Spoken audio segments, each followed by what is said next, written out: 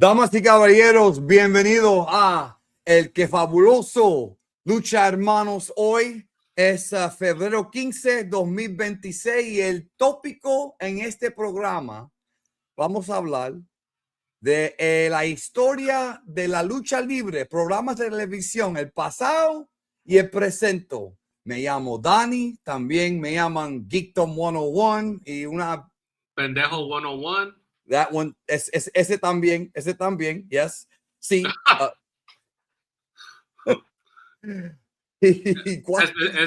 Especialmente cuando tú agarras unas historias malas como Dave Meltzer, tu ídolo, que reportó algo que no era verdad. No era verdad, pero como hey. tú con las pelotas de dragón. Las pelotas de dragón, tú también reportas mal. Las esferas de dragón. Las esferas de dragón. No empieces con eso. Son bolas. Son bolas, sí, ¿verdad? Y déjame decirte, hoy vamos a hablar de bolas bien grandes. Y también vamos a hablar de el programa de anoche, que era Grand Slam. How the fuck do you say that in Spanish? Grand Slam. Just say Grand Slam. Grand Slam. Mi papá nunca me enseñó a hablar esa palabra en español. Pero Dani, ¿qué hiciste tú en San Valentín? ¿Tú estuviste con la Manuela? Las dos Manuelas, una por el culo y una por la... todo es más cómico en español. Pero... como dice de mi país, en La Habana, grande por La Habana, el barrio que yo nací se llama Puente Grande y dicen grande por las puentes, pero mierda por la gente. Eso es lo que dice. Y es más cómico en español porque tenemos más palabras. En inglés es fuck you y esa mierda, pero en español tenemos me cago en la puta madre que te parió. Tenemos 10,000 palabras malas. Sopla pinga, maricón después de viejo. Pero sí, con la Manuela ayer, ok, está bien. Entonces, ¿tú también? No, tú no. Vamos a hablar de Grand Slam, de Collision. Sí. Que era un episodio muy... A mí me entretenió mucho. Yo pensé que era las luchas estaban todas buenas, o sea, también las mujeres más o menos. Y sí, eso vamos a hablar. Y luego vamos a hablar de la historia de lucha libre en la televisión. Okay, ¿sí? I just the show was on SAP the whole fucking time, bro. What the fuck, bro? Who the fuck turned it on SAP, bro? Was that Mark the Mark? Mark the Mark has mod powers, bro. Mark the Mark has mod powers. No, he had to be the one to do it. But remember, bro, Mark the Mark is one of those Hispanics we don't respect, the one that doesn't speak any Spanish. Yeah, so he doesn't understand it. He didn't understand anything we just said. So here's the deal. I'm going to say one thing before we get going. Yeah, I'm going to say one thing too, but you first. Third generation Hispanics, I understand because their parents were born here and they get assimilated, and then their grandparents were probably born here. I get it. But if you are first generation Latino, Hispanic, whatever, all over the world, like Bad Bunny gave us all the countries. If you're from any of those and you're first generation and you don't speak any Spanish, shame on you. Shame on you. Shame on you to the earth, the end of the earth. Yes, but speaking of a guy who can't speak Spanish, but it's good news.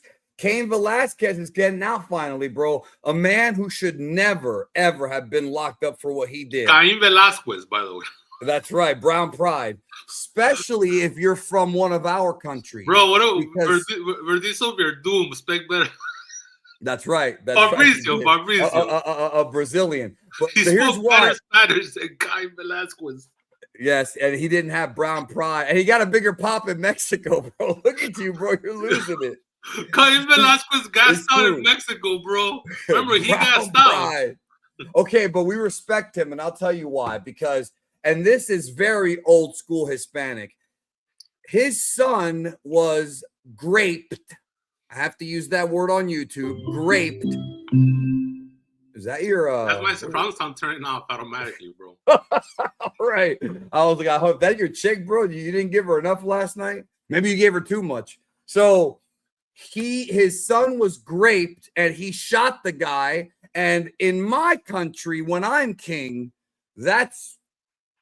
we're good to go on that. So he was unfairly locked up, and I'm glad that he's out. Now, I do want to say something here. We opened the show with Espanol because it seems like this week I've noticed that certain people seem to have a problem with the Spanish language being even for 15 minutes on an American broadcast. And I really never in my wildest dreams thought, like, I knew that we had bigots, bro, but I never in my wildest dreams thought that a concert in another language would spark this much pedantic bullshit. I'm just... Well, it's become very political, you know, and that's the thing. Like, it has become political, but that everything now is divided. We're a country divided. You know, the president makes it worse by flaming the fires all the time, which is whatever. And so to me, like, the very definition of America, bro, like, what you know, one of the things when I go to New York City is that I get very emotional whenever I take the little ferry and I go to Ellis Island. And I see all the immigrants that came to this country as settlers back in the 1700s, 1800s, even early 1900s. And you know, you watch the movie The Godfather, and you see the land of opportunity, right? This is supposed to be the land of. I don't think it is anymore. No, I'm very much anti-capitalism, but it used to be at one time, and that is we're a melting pot. That's literally what America is, a melting pot. That's what I said. That's been my argument. And so this idea that we can't celebrate different cultures because your culture is threatened, which it shouldn't be. You know, if you're proud of your culture, whatever that may be, black, white, yellow, whatever the case may be, you should celebrate it. And there's no other culture that could threaten it if you keep it alive by celebrating it, you know, and loving your neighbors and just allowing people to express themselves, you know. And so, yeah, the fact that people were in an uproar is really sad to me. It's sad. Right now, our country's in a very bad spot. Especially since it was a tribute to various different types of music, different cultures, different aspects of Latin culture, different countries. It wasn't just Puerto Rican. If it was just Puerto Rican, I would have been like, okay, whatever. But it was a lot. And it irritates me because it's so pedantic. It's just so. And then the one that really got under my skin are the Latinos that I'm Hispanic, but I didn't like it. And it's like, okay, no one's saying you have to like the music. I don't like Bad Bunny. I don't like Bad Bunny's music. I'm not a fan of his. I'm not a fan of his either. But the performance I enjoyed, the production, the boxing. There was all these little nuggets of Hispanic culture. It was. Yeah, there were Easter eggs everywhere. Yeah, and if I'm sitting here and I'm like, hey, look at the Rican hook, and it's like, if you're one of those motherfuckers, you don't even like Puerto Ricans, bro. So you're no, but I like them. I like them this week. No, but that's the thing is Hispanics always feud over shit, whether it be especially boxing and soccer, football. That's like the biggest thing, right? Bro, how do you hide Puerto Ricans? How do you hide money from Puerto Ricans, bro? How? You put them in their work shoes. Oh, okay. All right. That actually applies to Mexicans too, bro. But here's what I was trying to say, all right, before we move on to wrestling. It's very strange. It's just a very strange I mean, it's not that strange, but it's honestly kind of stupid because it just there's more Dr. D's than we imagined. That's what's happening here, bro. Yeah, but see, at least the good doctor was funny, bro. At least the good doctor made us laugh, bro. It's just really, really stupid. And there's nothing wrong with not liking it. No one's saying, like I said, you're not a fan of Bad Bunny. I'm not either. But the performance I thought was really well done as far as the production of everything went. Like, I can only imagine the nightmare of a rehearsing for any of these Super Bowl performances was. But my issue was just, this country speaks English, not Spanish. You know, people seem to forget that when Christopher Columbus came over here with the Nina, the Pinta, and the Santa Maria, he came from a country called Spain. I wonder what language they spoke in Spain. Dumb motherfuckers. Anyways, let's talk about wrestling. And forget about and he was a colonizer. We don't even celebrate him anymore because guess what? There was other people already here. Yes, there was. Lee Erickson. that were speaking other language. That's right. From Asgard. Yeah, from Asgard, bro. Yeah. So yeah. Okay. I actually didn't see Jessica Alba. I did see Pedro Pascal though. He was there. Did you see that motherfucker's everywhere, bro? Yeah, he's literally everywhere. He's everywhere except Doomsday, apparently. Were you disappointed that we didn't get Mr. Downey stepping over fucking Jonathan Majors? That you wanted that so bad? Wait, we might still get it. No, yeah, but it was the Super Bowl commercial, bro. Here's the thing. This is what Marvel said, and I don't blame them. NFL's now charging $10 million per 60-second commercial.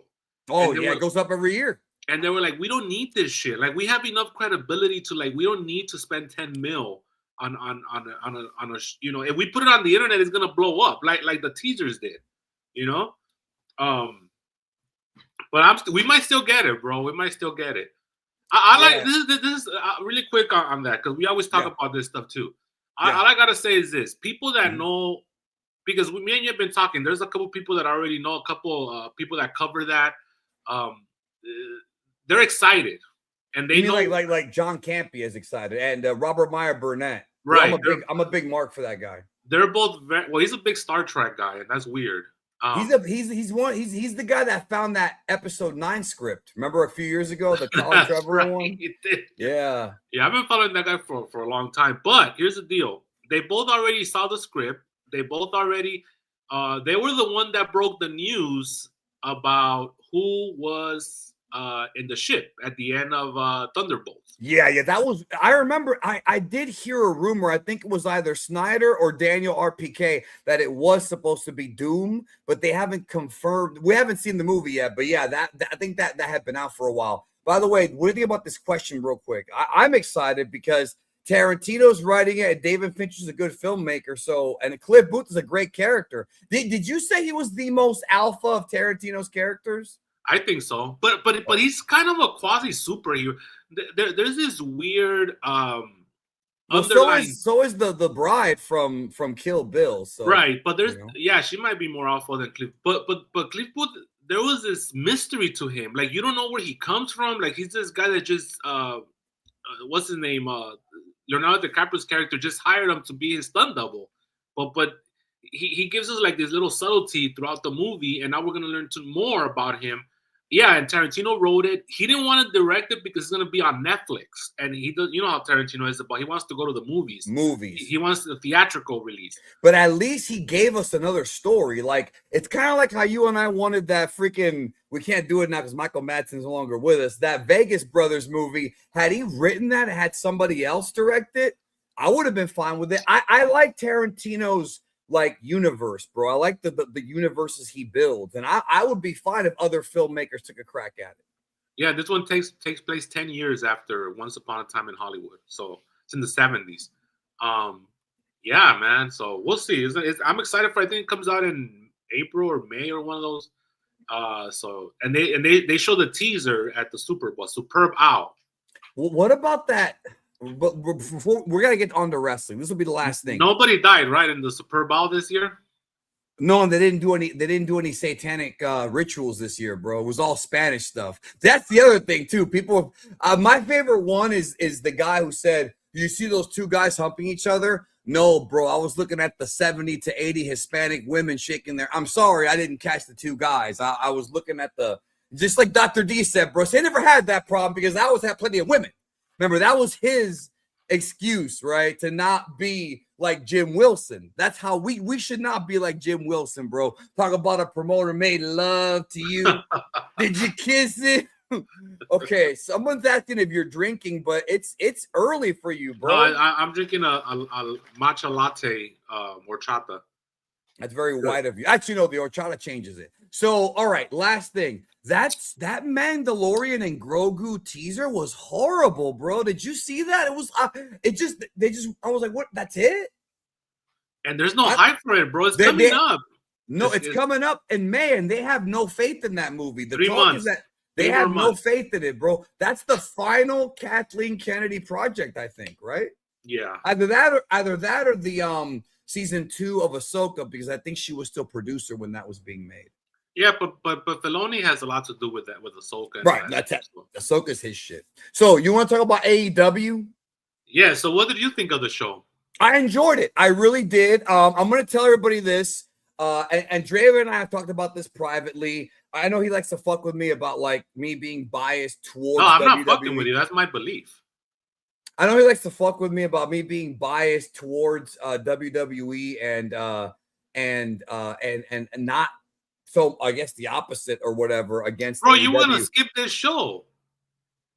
No, I won't. You told me you were like, "Well, I'm not gonna watch it," and then I said I was gonna watch it. No, but you thought about. Here's the thing. This is another. I skip. No. I skip Collision every week, but this is a TV special. Okay, but here's the thing about another little microaggression. Look. I know you're a wrestling fan. I will never take that away from you. You're one of the best. You have a lot of knowledge when it comes to professional wrestling. Oh, see, he's putting me over, but he's about to bury me. No. It's not a burial. That's classic Kev, Kev, bro. Bring him in. This is not a Danny problem. I think this is human beings in general. You're always gonna default to the WWF. I'll give you an example. Oh, because they're the oldest company? No, maybe because that's the one that was your introduction. As a kid. If you need, maybe you have less tolerance for the other companies. And I'm not even talking about just AEW. I'm talking about the minor companies, which you don't even watch at all anymore at this point. I still do. You don't. I don't as much, but I catch the one I want to start watching was MLW. I do catch some TNA pay-per-views though, and I do enjoy them. But here's the thing. It's hard to have time. Come on, bro. I hate when people use that excuse. No, bro. There's people that have families, bro. Me and you don't have that excuse. We don't have that excuse, bro. Well, there's people that have families and still have a very well-rounded life. That's what's important about life. You have to have a well-rounded life. Look, it shouldn't be all work and it shouldn't be all leisure. It should be well-rounded.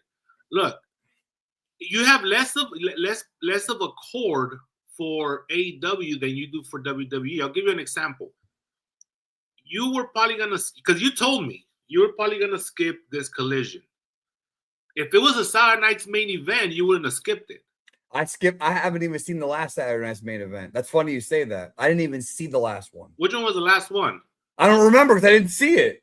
It was the one with Sammy. It was the one with Sammy when he won the 4-way, because that night I was covering the Dragon Ball event, and the next day the only thing I saw on that show was Nakamura and AJ. I didn't see the rest of the show because I saw a little bit of the Cody brawl. No, bro, let me. I do feel like you're, and this is the one that's gonna sting a little bit, but it's hear me out. I do consider you more of a WWE fan than a wrestling fan. That doesn't bother me. That doesn't bother me that much. Because you won't. Yeah, because again, if all things being equal, you let other things go before a WWE show. And other things, I mean other wrestling shows. I want you to see, again, this is a problem with you and I not talking. We talk, we don't talk that often. I have not watched SmackDown in 2 weeks. I have not watched Raw in 2 weeks, and I saw a little bit of Dynamite. I have not watched that much new wrestling at all in the past couple of weeks. And I'm going to, and now let me retort to what you're saying. WWE had a couple of really good years. In 2022, when Triple H took over, it was getting better, and you cannot doubt the success he had in NXT. So everyone's like, oh, wow, he's bringing guys back like Gargano and guys like that. Okay. And there was this momentum building. Right? And what happened was, they had a couple good years, but you and I both agreed that 2025 was bad. And it was bad. It was not a good year. But we also agreed that AEW was rebuilding. And I thought AEW 2023, the second half was pretty bad. 2024 was I think the second half was not good, but the first half of 2025 began AEW kind of coming back. They had the good Revolution show. They had the Dynasty I liked. I liked what Dynamite was doing. I love the story with Hangman. But their TV has improved dramatically. I'm getting there. I'm getting there. Yes, it has, because well, what I like is that right now they've kind of got their own new set of Three Musketeers. You and I talked privately the other night. The Pillars, bro. Are you talking about the Pillars again? Well, there's new pillars now. Where's Britt Baker, bro? You and I talked the other night, privately, of course, and we talked about how Kenny is fucked up. A lot of the guys who they had, Cody's gone.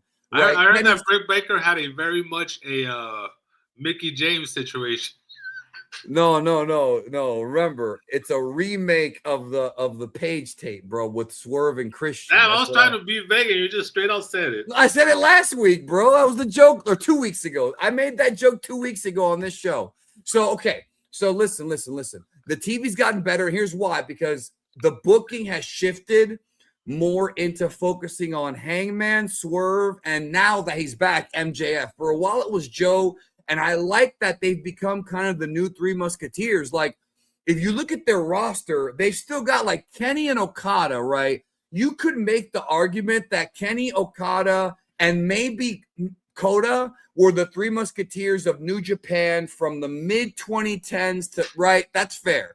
But for AEW now, it's definitely Swerve. He's like my favorite guy there. Hangman and MJF. And what I like about them is they're all different. They all have different characters, and they all cut good promos differently. So I really like that AEW has shifted into that. Let's be honest, bro. Kenny, I'm just going to say it, bro. I think Kenny's best days are behind him. Everybody knows that, though. He'll tell you that.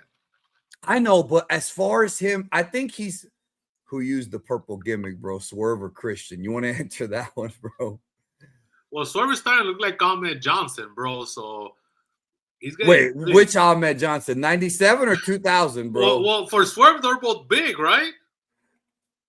One's fat though, but what? Swerve.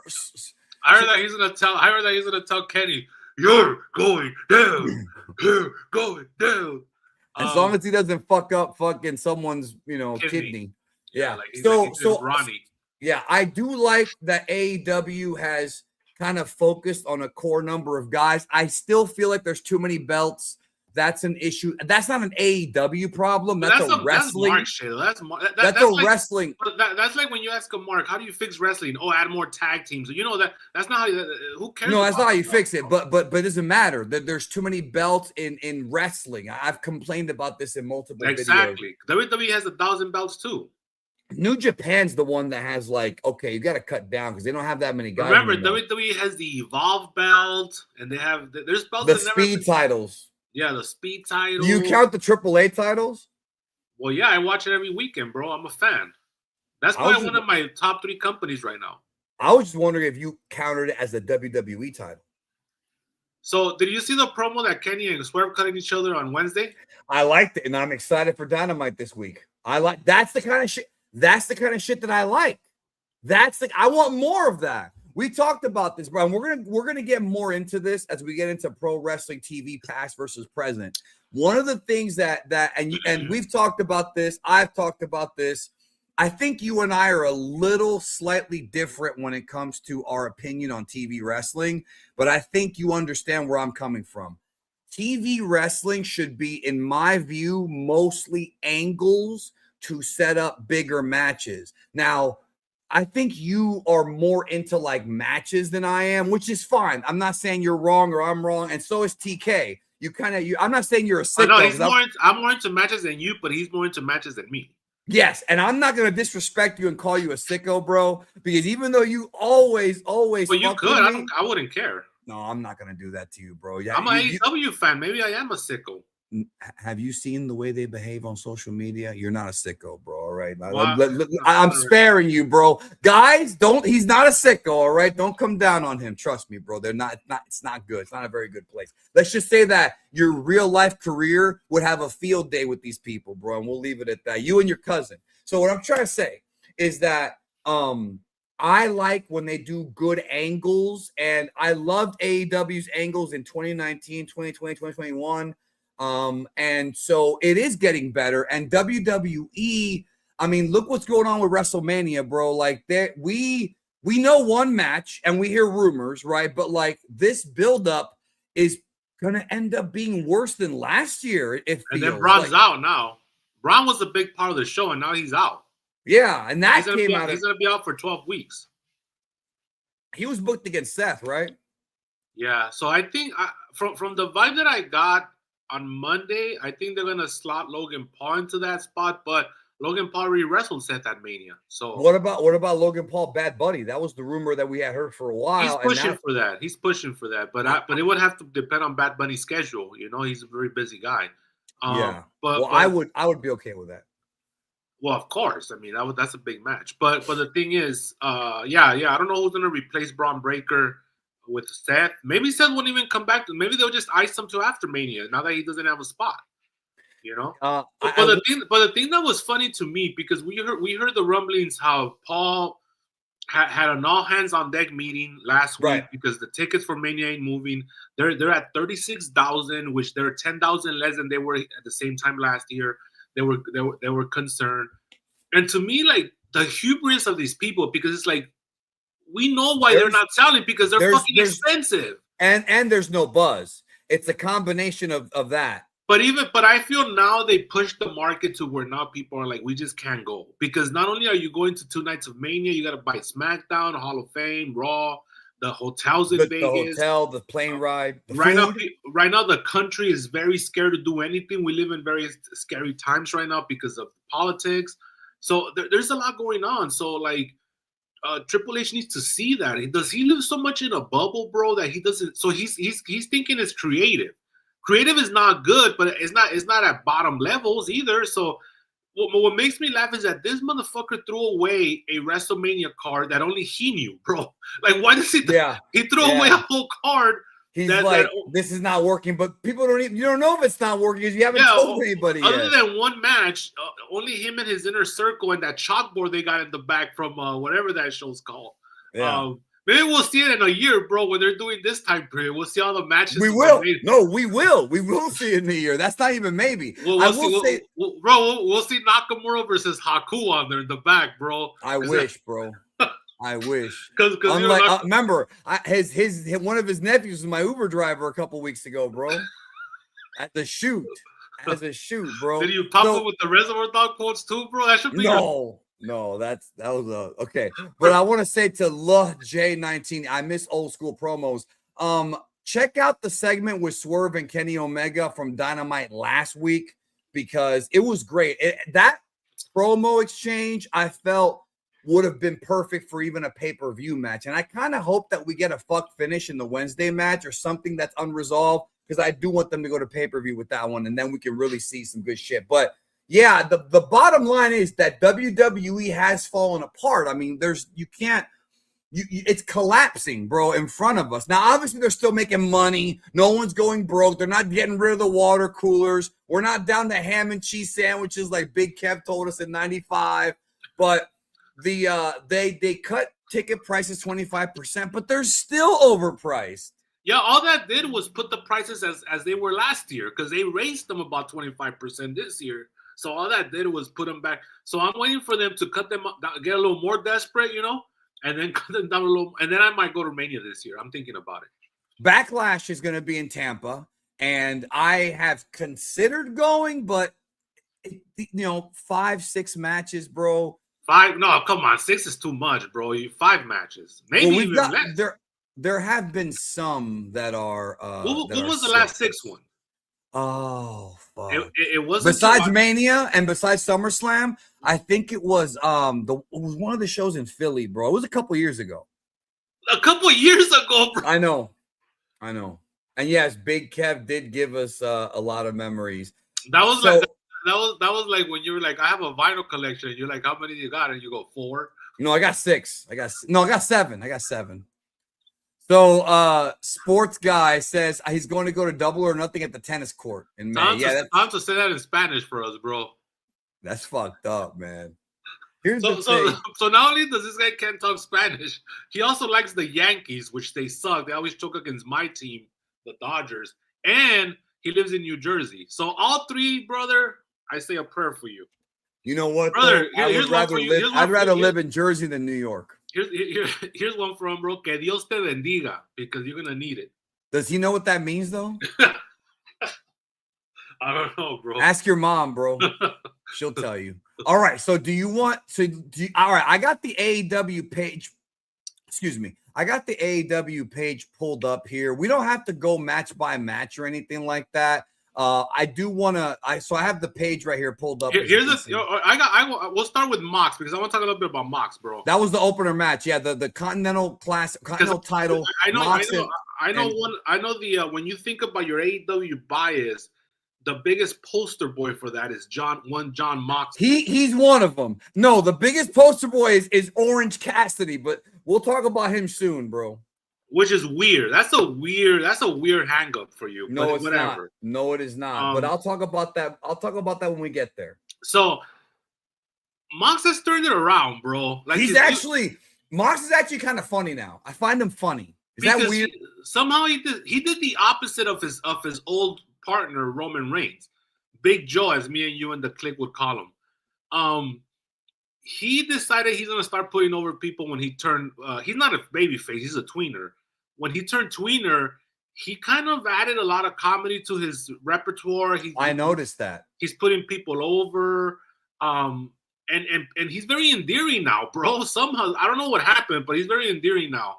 No, I agree. I thought I was the only one. He seems to be funnier now. As like, yeah, he is kind of a tweener. It's like his stable is still a bunch of heels, but he's like a baby face. Like when Wheeler Useless had to get his hair cut, which was awesome. See, that was a good payoff. Yeah, he comes out there and he's like, "All right, no, you have to do it." Like, you see him like making the funny faces, and he's got the grovelly voice, even though he's not even like 40 yet. I think he is 40 already, but no, he's had the grovelly voice forever, bro. Okay, Mox did lose to EC3, but it wasn't SmackDown; it was Raw. We discovered that on this show, bro. And you know what? Memory. With no zero, bro. But that was Dean Ambrose, though, who got punked up by Brock Lesnar.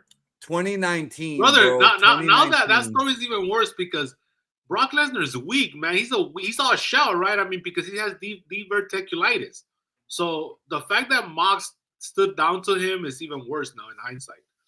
Well, yeah. Okay, so what'd you think about Mox and Konosuke Takeshita? Well, you're a big mark for the slow build for like Takeshita, Fletcher, and Okada. I love that. That's do you know what that reminds me of, bro? That's a WWE storyline. That's what that is. Kind of like that vibe. Well, this is what it reminded me of. It reminded me of in '96 pre-NWO Nitro when we had NWO era Nitro when it was Sting and Luger was a heel and Sting was a babyface. But every time Luger did something dastardly, Sting wouldn't see it, and Sting would stick up for him. That was a great angle that really had no payoff. Right. No, you're right. Oh yeah, because then they changed everything over to NWO. When NWO came, they dropped all the feuds dropped pretty much, except for Benoit and Sullivan. The big one was the suitcase angle with Mongo and Randy Savage. They just dropped that one too. Yeah. Anyways, we digress here. At the Great American Bash, a great show. We covered that in the archives way back. So Takeshita, as MJF calls him. Take a shitta. I mean, he's amazing. Great. One of the great young guys they have, but he does have a good storyline with the Don Callis family, who won a non-wrestler of the year this year in the awards, which made me very happy in the Wrestling Observer Awards. He had a match with Mox because one of the another cool little man. This reminds me of the Senator Kresge era, bro. I love AEW right now. Another mini feud they got going on is the Don Callis family with the Death Riders. Right. They got a little thing going on. Well, I wouldn't call that a mini feud, but that is a feud. I say that a mini feud because on top of that one is that three-way Takeshita and Kyle Fletcher and Okada. Yeah, the internal turmoil. Right. And so what this reminds me of is back in the like 2000 or even like 97 where you have these on Raw, you would have all these little mini feuds and then the bigger feuds. And so part of that is where you have like The Rock would be facing like Triple H or The Rock would be facing like Owen Hart. And right here, because of that little feud, we had Mox versus Takeshita. Great match, and then they left you wanting more because they went to a time limit draw. Now, one of the things is that, like you said, there's too many titles. I don't know what fucking title Mox has. They all have a title, it seems. He's got the one that he got from Okada. Right.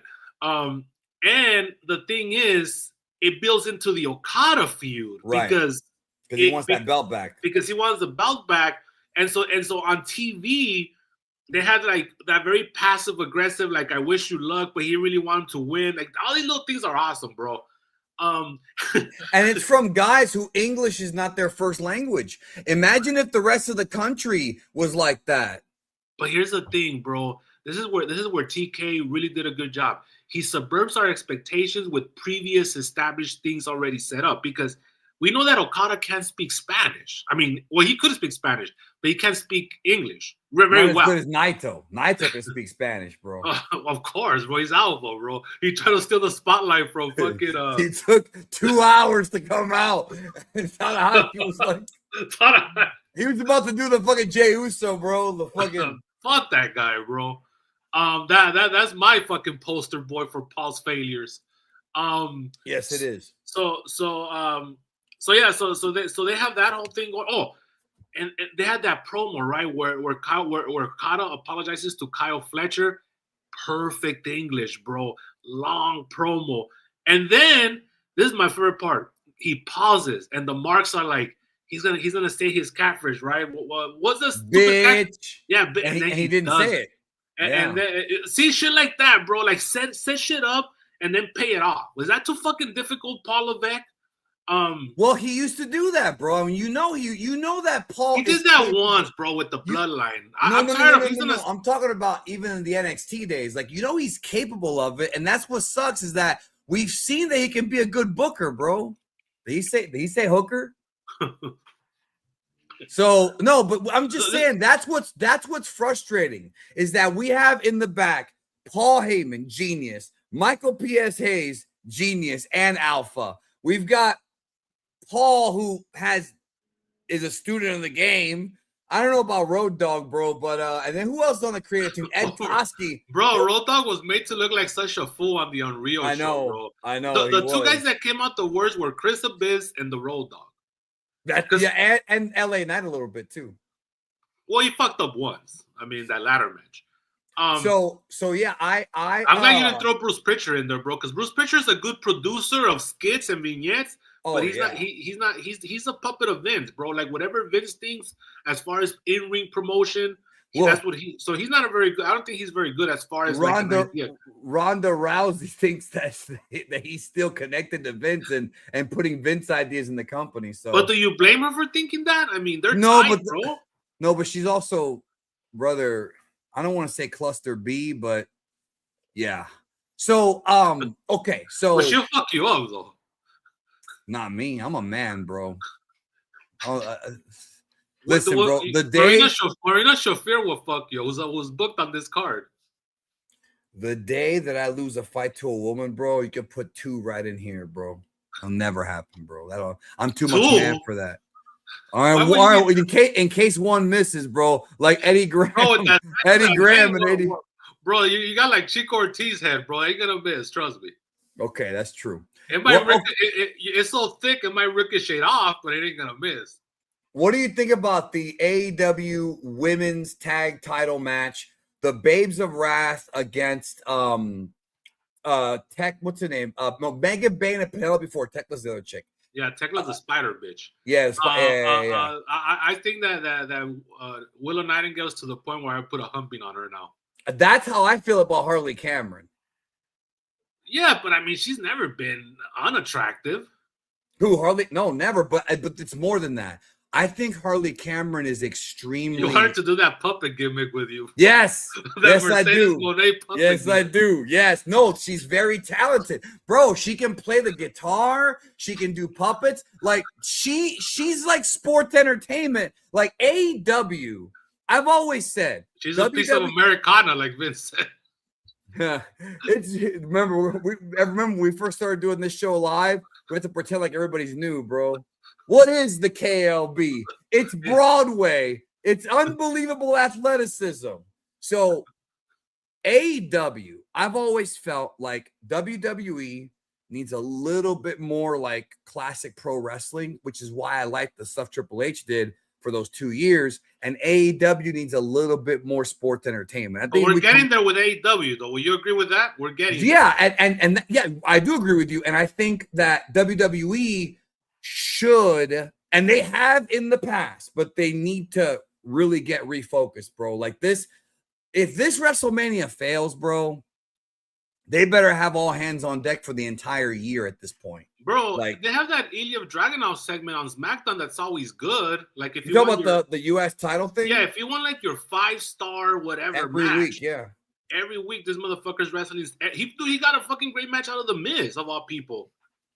Well, I've noticed that about Paul's booking, because he used to do it for Raw as well. The first hour is always a long match. I don't know if you ever noticed that. Like hour one has like at least a 19-20 minute match. And I think but the thing about Paul, bro, is that because he was a worker, unlike Vinny, that's why I think we get a little bit more pro wrestling. And that's what frustrates me about WWE now, is that you know this, you can't deny this, they can be so much better. And they're not. Like, of course, bro. It's fucking annoying. So, okay. I just want to say, I know that you like Willow. A lot of people like Willow. She seems like a nice person. I'm into Harley Cameron. This match was there because Harley's from Australia, so they had to put the home person there. And then they debuted that new chick who I have no idea who that is. Yeah, she's also from Australia. I don't know who that is, but she looks hot. So this match was good. It was you know, when it comes to the women, as long as they don't embarrass themselves, it's gonna be okay.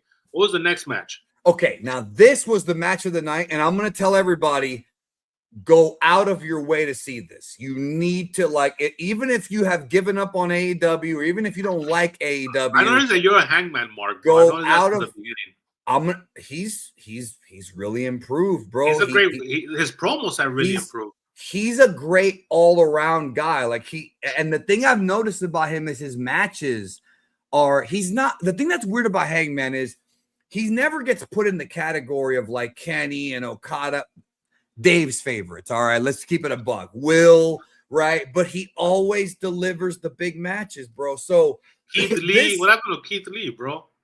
What happened to Keith Lee, bro? Maybe he got caught up in one of those Diddy parties, bro, like Carl Winslow. Bro, remember Keith Lee when he went into the Royal Rumble with Brock and Brock popped for him? Brock marked out for Keith Lee, bro. He called him a big boy in the ring.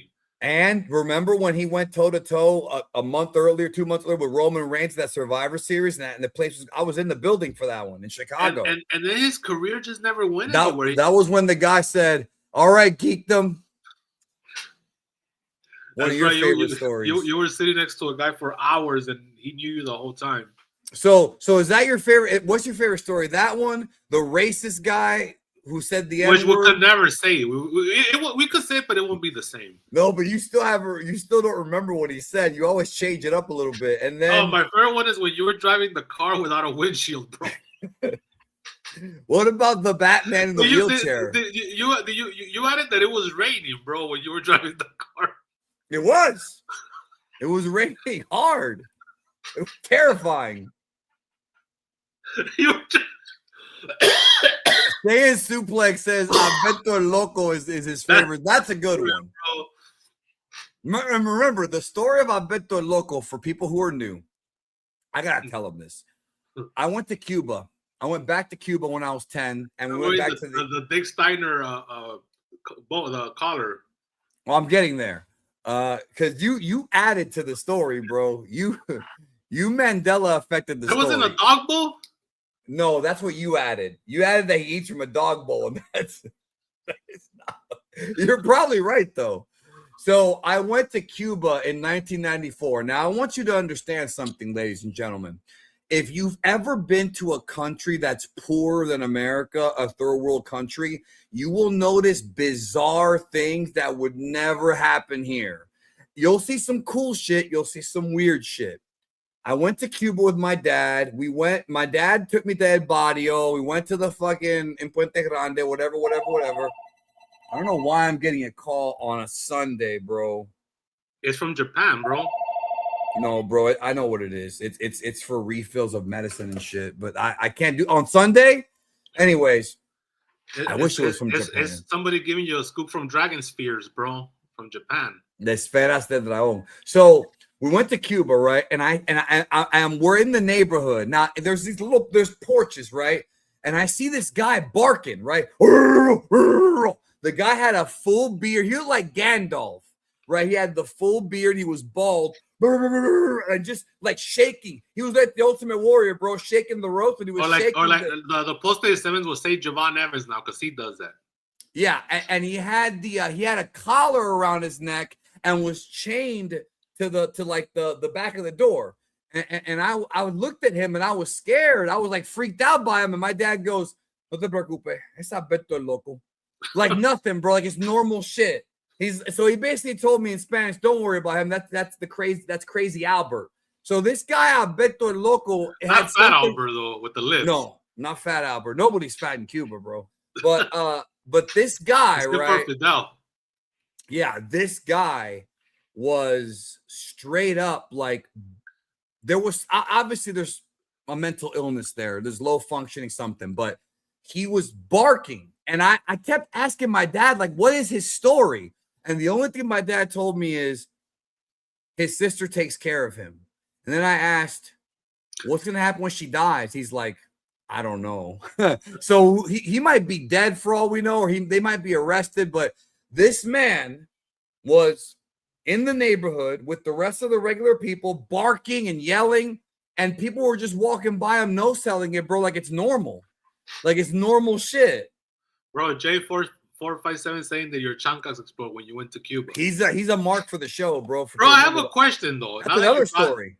I have a question because it's gonna be the reverse of it. I've told some good stories on this show in the past, bro. Well, we both have because they want me to read the one where they like my friend put the spell on me on Christmas. No, the one where you went to Mexico with the prostitute. That's right. Favorite. That was a classic. So here's the thing. Here's the deal. So you were at that time. You were a big guy. You were around 350. You know, hovering around 400 pounds. When? In 94. No, I was 10 years old. I was not 400 pounds at 10 years old. Come on, bro. Because I was gonna say you said nobody's fat in Cuba. No, I was a fat kid, but I didn't live in Cuba at the time. But when they saw you, when the locals saw you, you were probably like a zoo attraction too, because they were not seeing a lot. I wasn't that fat, bro. I wasn't that fat. But wait a minute, bro. I was not 400 pounds at 10 years old, bro. No, but even if you were 250 at 10 years old, that's still a husky kid. Bro, we got some real hardcore people. How does he remember this? I must have talked about the 2 liters of Pepsi thing. How long ago was that, bro? Like years, 10 years right? ago. 10 years ago at least. That was back when good old DR was on this show, bro. He hasn't been here in years. Or Billionaire Ted, bro. He won't be able to call. I wish he would call in today because we're gonna talk. He's got dementia, bro. So okay, so okay. So you're saying that you were not a spectacle to be observed when you were walking the streets of Cuba. I wasn't that fat, bro. Because remember, there also wasn't kids that were 10 that looked like you in Cuba. So no matter how you slice it or dice it, you were a unique person walking that day. Yeah, but they treated me like I was one of them, and I appreciated that. Well, you were one of them, technically. That's true, but I was still fat. I actually had 3 meals a day, unlike them, bro. Sometimes more. So okay, bro, so before we move on, let me say one last thing. Andrade and Hangman, watch the match. I loved it. That's all I'm gonna say. Go ahead. Oh, El Ídolo, bro. When I went to Cuba, there's this park, bro, in Havana, right? There's this park. In Malecón. But one of the things people gotta know is that baseball is huge in Cuba. It's like a religion in Cuba. Maybe not more than when you were around Cuba, but it is big now. Oh, it's massive. Because that's our sport. For a lot of these kids, their way out of Cuba is through baseball. If you become good enough at baseball, you could defect or deflect. They get signed to the Yankees, right? And stuff like that. Yeah, to the Yankees, bro. Or to the Dodgers. Whatever. So anyways, there's a park where you get to go in the park and just get into arguments about it. Just imagine wrestling, bro. And you get AEW fans, WWE fans, you put them in the park and they get to yell about their points. And that's a sight to behold because as you're walking, you're hearing all these people just yelling at each other, bro, like at the top of their lungs, just yelling like a bunch of like morenos, bro. Not negrones, morenos. We had those too, though. And so So you just hear all this fucking yelling, but it's supposed to be like this neutral place where you get to just express yourself about the sport, and then when you leave it, you're supposed to be cool. Like that's it, it's over, you know? I thought that was kind of cool. They should have that for AEW and WWE marks. Let me show you something. I was showing this to my friends. Hold on. I was showing this to my friends earlier this week, and I haven't shown you yet. You've already, you as in like Brandon Draven, you've already seen stuff like this. But so this is kind of cool. I'm kind of proud of this. So this video right here, this is basically salsa dancing, and this is probably the part that you were talking about, bro. Havana Central Park. So in Cuba, bro, it's such a fun. It's so, look, technologically, it's behind America by like 50 years. Yeah. But this type of shit right here, like, oh man. Can you hear it? No, but I could see it. That's all that matters to me. Okay, that's true. That girl's over 18, right? Might not be, bro. Look at that bottom. By the way, there's fat people in Cuba. Look, that guy that's crazy. He's fat, bro. Well, now there's fat people, bro. This is recent. But take a look at, there's a negron there, bro. Do you see the guy with the black guy with the white? You see it, right? Oh, he's Alacua. He's a fucking Alacua, bro. Look at him. Thankfully, this is all in Spanish, or I would be in trouble. The thing that trips me out about Mike, all the way up to his pants, bro. Because he's Alacua, bro. They dress like that. He's like Bruce Hart, bro, with his jeans tucked into his boots. And notice he's really dark. I mean, and that's the thing about Cuba. Look at my fucking skin, bro. I look like hog flesh, and I'm from the country, right? And you've got people on the complete other shade. And here's the funny thing about it. The negron thing, it only makes sense to a Cuban, bro. Negron, for a person who's not Cuban, is going to think it's a racist thing, but it's not. They call themselves that. Are they? But are they also athletes, bro? Somebody asked. Baseball players, bro. Baseball players and boxers, bro. Look at I guess, and that's one thing I am gonna say. I never got as big as Percy, bro. No. Nor as funny. No, yeah. Percy had a lot going for him, as much as he had not a lot going for him. So, do you have any thoughts on Hanger versus Andrade, bro? I loved it, bro. I'm with you. What happened with Andrade, bro? He became a different person. Like now he's doing all the indies. He's a great worker again. Like was it like the Charlotte Flair effect or what? Was he all pussy whooped that he forgot how to wrestle for 2 years? Well, bro, not only is she gonna beat Dick Flair's record on world title reign, she's also gonna beat him in marriages. Damn, bro, that's because this is cold-blooded. That was her third failed marriage. Yes, well, Tiffany Stratton made sure to remind us of that. With Andrade Cien Alma, bro. Cien Almas, that's right. La Sombra is what he is. But no, he's awesome again. You know what it is, bro? You obviously you're a music guy, so you know that song by Van Halen, Unchained. And Not now forever it's Forever Unchained. No, I was gonna say now Andrade's Forever Unchained. Now, when a Mexican goes through a divorce, actually, let me rewind that. When a Latin man goes through a divorce, he goes through something that I like to call the buffet period, which is he's trying out different things at the buffet table. Different hats. Right. Well, sometimes they wear a hat, sometimes they don't. A story we're never going to say on this show is Geekdom versus the buffet in Vegas, bro. That was going to stay on the down low. We could tell that story if you want, but what I'm not going to tell you is Geekdom post breakup going to the buffet. So let me explain for all you non-Hispanics out there. When you're a Latin man, you go through a breakup / divorce. You start trying different things at the buffet table, right? Follow me. A little soul food, negras, a little fucking Asian, a little, little... Science Suplex. We did tell that story, bro. Look at Science Suplex. Yeah, we have told that story. Yeah, I'm fooked. Yeah, but you didn't. But it was a great story. I love that story. Remember, bro. You popped I just said it. I'm fooked. You popped the Uber driver. Remember, first of all, we got picked up in a You love van. popping the Uber driver, bro. That's your favorite thing. And I bro, popped Caroline. And I popped Caroline, bro. The first thing that popped us is that we got picked up in a minivan. Well, there was like 6 of us. No, when it was just me and you going back when you got sick. Oh, that's right. You're right about that. And then when you went to the minivan, you kept on saying, I'm food. I'm food. And then the driver was Poppy, bro. But he was Poppy because he didn't know what the fuck you were saying. Like, yeah, but that was for you and me, bro. That was for you and me. But remember, when I got to the hotel, I'm like, I'm food. And then I puked. And that rhymes. Oh, shit. Oh, shit. I did take your weed. I remember that. Your pastillas, bro. That's right. You did take my weed. You're like, hey, can I borrow one? You're like, can I borrow? You're like, can I borrow one of those? Oh. And then remember the conversation. You were like, I don't know if it's as good as the shit in Amsterdam. And I said, I'll take the Pepsi challenge against any of that bullshit in Amsterdam. Oh, man, bro. I remember you remember in Iron Man 2 before Tony Hawk's not Tony Hawk's fucking Tony Stark. When he gets off, the skateboard guy. Yeah, when he gets off and he's got the suit and the suit comes off in different sections because it's not modified.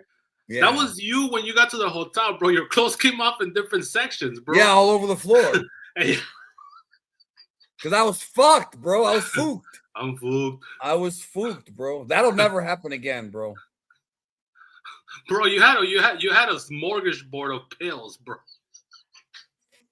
I could have taken whatever the fuck I wanted, bro. I could have felt any other way I wanted, but I just took the weed. And there was better stuff there, bro, than weed. We'll leave it at that. So, oh, man, Andrade is awesome. I like the gimmick where something I loved about this match. There was a spot in this match where Andrade took a picture with it's a plant. Awesome. The OnlyFans bitches. Yeah. And then there was another one, and Hangman took the picture with her, and she's like wanting to kiss him. He goes, "No, I'm married." That was awesome. Because that fits with his character. It reminds me of a very how can we skew the line here? Very Southern character. Let's put it that way. With Southern virtues. Now, if it was Andrade, he wouldn't give a fuck if he was married. No, that's more Southern, bro. That's more Southern, right? That's the Bible the border. And remember, they believe in la Biblia. You to a point, bro. But here's the thing: a lot of Catholics over there. Yeah. So here's the thing. Remember, when a Latino goes through a breakup, everything you said is correct, but they also have a couple other wives, so they always have that backup plan too. Right. You know? Well, it reminds me of that one episode on SmackDown where it was AJ against Karrion Kross, and then Scarlett got in the ring and he goes, "I'm married, bitch." Remember, she tried to do like he goes, "I'm married, bitch." Yeah. See, that's awesome. Speaking of Southern. They don't want none. They don't want none. That's far cry from "Get Ready to Fly." But he did come out to that one recently, which popped for the last time, right? Okay, all right. Lucha de apuestas. No. Well, let's talk a little bit about the repercussions of the previous match. So Hangman wins. So now he's gonna face MJF at Revolution, which I'll be at. Yeah, and that'll be a good match. Which is weird because they had the same match last year and it opened the show. So now this year going to be in the main event. I like that. I like that kind of book ending. Plus,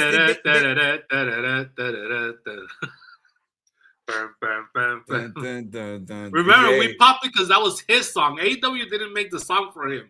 That was his song. Same thing with Cody. Cody has his own song. MLW when he was in all those other feds. Right. So when he comes up to whenever the time comes for him to move up to New York. Yeah, to New York, bro, to the major leagues. Is he going to have that song? I fucking hope so, bro. Is Paul gonna do the same thing he did with Finn, bro, where he's like, "Oh no, he wrestled in big arenas, but right here we show you how to perform for the camera. We show you how to interact." What a fucking bullshitter, bro. That's true though. There is truth to that. But he was trying to bury the fact that Finn had wrestled in Tokyo. Oh yeah, no. Everyone gets that treatment, but I'm saying that it's true that WWE teaches you how to work in front of the camera or whatever, you know. Jason like what Mr. Perfect once said, make sure the cameramen are your best friends because they're the ones that make you look good. I mean, and I think Scott Hall would also give that advice. It's a good kind of pressure. So, okay, so moving on, we've got the hair match. Toni Storm, Orange Cassidy against Marina Shafir, Wheeler Yuta. Okay. I have made it a demandment that I refuse to watch Orange Cassidy matches. Why? I will not watch them. So I was half because I don't like Orange Cassidy. Did he steal money from you or what? Yeah, well, did he give you a red? You know what, bro? He did. No, that was Sammy Guevara. He did steal money from me, bro, because I paid money to see fucking a character evolve, and Orange Cassidy's still stuck in 2019. I have talked about this a million times. Well, Bray Wyatt was the same way. You like Bray Wyatt? Bray Wyatt was the same way. How? Yeah, he never evolved. He did. He changed his character a bunch of times. What are you talking about? Remember we said, oh, there's this other story that we just never got to, bro. No, I agree. We never got the conclusion of why when he's the Fiend, he's powerful, and when he's regular Bray Wyatt, he's not. Like, remember? Not just that, but remember. We wanted to the mask off to see what happened with his powers. Yeah, but remember, that was killed at WrestleMania in Tampa because Randy beat him with one RKO. Yeah, which we were at live. We're watching the Puerto Ricans throw chicken nuggets at each other. And remember, when that happened, I think you and I were very confused. Bro, we were watching. I think what you said, if I remember correctly, I think you turned to me and you're like, I think he got buried. That was a burial. That was his last match before he got fired the first time. That was it. Yeah, before Paul brought him back. Right. That was where I saw you do your Adam Sandler gimmick, bro, trying to pick up on a chick, bro, in the tunnel. Why did that pop you? I did not try to pick up on her. All I did was just have a conversation. But here's the weird thing. You put me over like it was almost like you thought that I was a virgin or something. Just because I have a YouTube channel filled with virgins does not mean that I'm one. No, it was no. This is what I'm putting you over right now again too. Yes, it was the Listen smooth. Say he's actually putting me over for once on this show. It was the smoothness of it. Like I was very impressed with the smoothness of it. I'm not saying you can't talk to girls. I'm saying it was the smoothness of how you were bouncing back and forth, and the fact that she was digging you a little bit, like she was interested, like she was reciprocating the conversation. I should have got her number. Yeah, she was a little chunky, bro, but whatever. But she was pretty. I remember in the face. She had a pretty face. Yeah, look, a couple Snickers bars away from. Listen, I don't know about the fat guy next to you, but he's talking about you, girl. He's talking about you. So right. So that was that's and then I remember you slept through one of the women's matches. You just knocked out straight. That did happen, didn't it? That did happen. Well, what the one it was at the women's tag match, right? The one the bitch that looked like a bird. What's his name? The one that looked like a bird. Ruby Riott. Yeah, Ruby Riott. What happened to her? She got knocked up and disappeared, bro. But isn't that kind of like the kind of women that you're into? Come on, man. Don't disrespect me like that. The women that are loyal to their man, they stay home. I don't want to put a label on them. But she already had the kid. What's his name? Great. You got to do something called raise the kid too, Danny. Remember that you can't just have the kid. Okay, but Becky Lynch is raising her kid. Is she still on television? But Paul got her a tour bus. Maybe Tony should get Ruby Riott a tour bus. I don't know. He won't though. But hey, listen, AEW pays for the guys' hotel rooms and shit, and that's something WWE. I don't know if they do that now. No, they don't do that. I know historically they never did. No, bro. Do you remember what TNA used to do? TNA would. I don't know if you remember this. I know they wanted Ron Killings to pay for his own surgery. And Carlos, bro. Carlos cut promos on them for it. No, remember that TNA used to make the boys book rooms together 2-to-1 room, bro. They used to make them do that. No, I remember that. Or you could drive all the way in and then drive back to your house. Like it could be like hours away. Yeah, well, that's what like Jim Cornette and Mick Foley did. So 21/7 says WWE is surprisingly cheap. No, duh. I mean, that's the biggest. No, it goes without saying. Not when it comes to ticket prices, they ain't cheap. But they're cheap as far as like, yeah, I know. Like they'll penny pinch every little penny they can. Bro, look at this fucking Ari guy, Gold, bro. This is Hey, a guy I agree with him. I agree. He changed his name. No, this is somebody who changed their name purposely to fuck with me. And I see this all the time, bro. Trust me. I actually like accounts like this. Orange family, I'm with you, dog. Fuck Orange Cassidy, bro. Listen, I am going to say this, though. I'm going to put the match over for 2 reasons.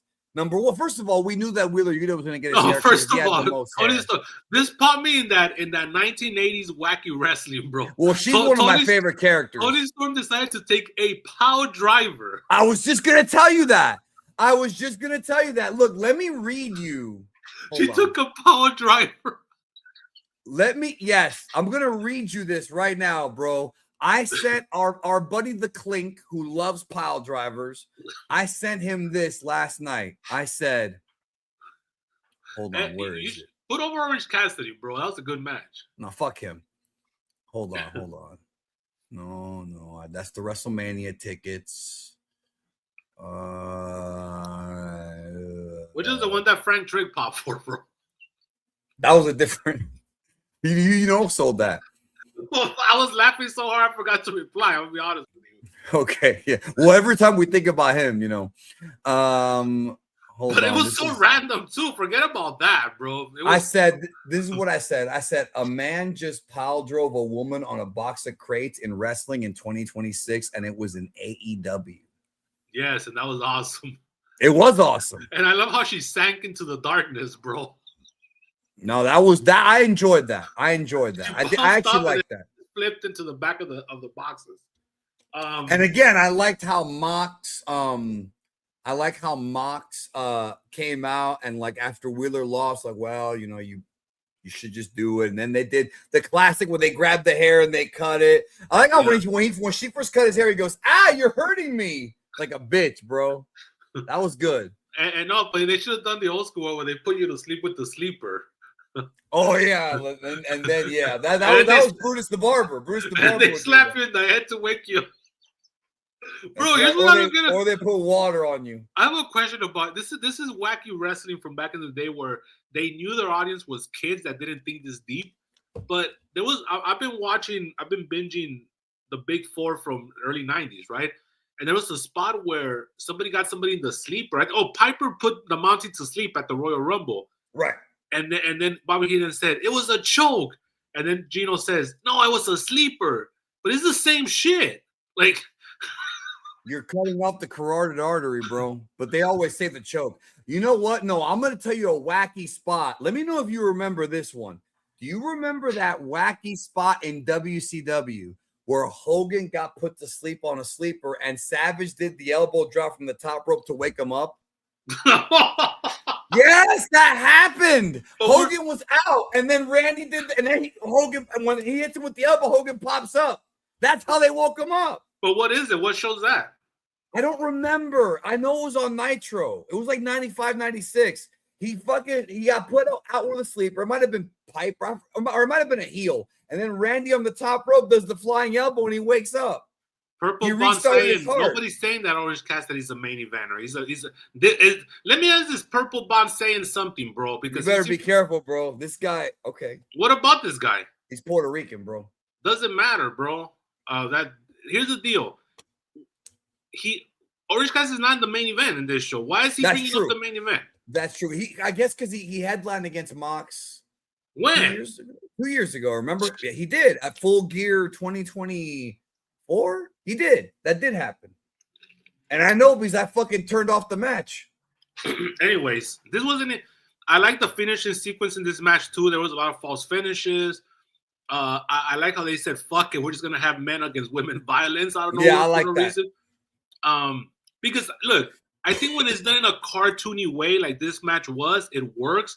You're not going to have like Braun Breaker start bombing on a girl for no reason. Like, that's different.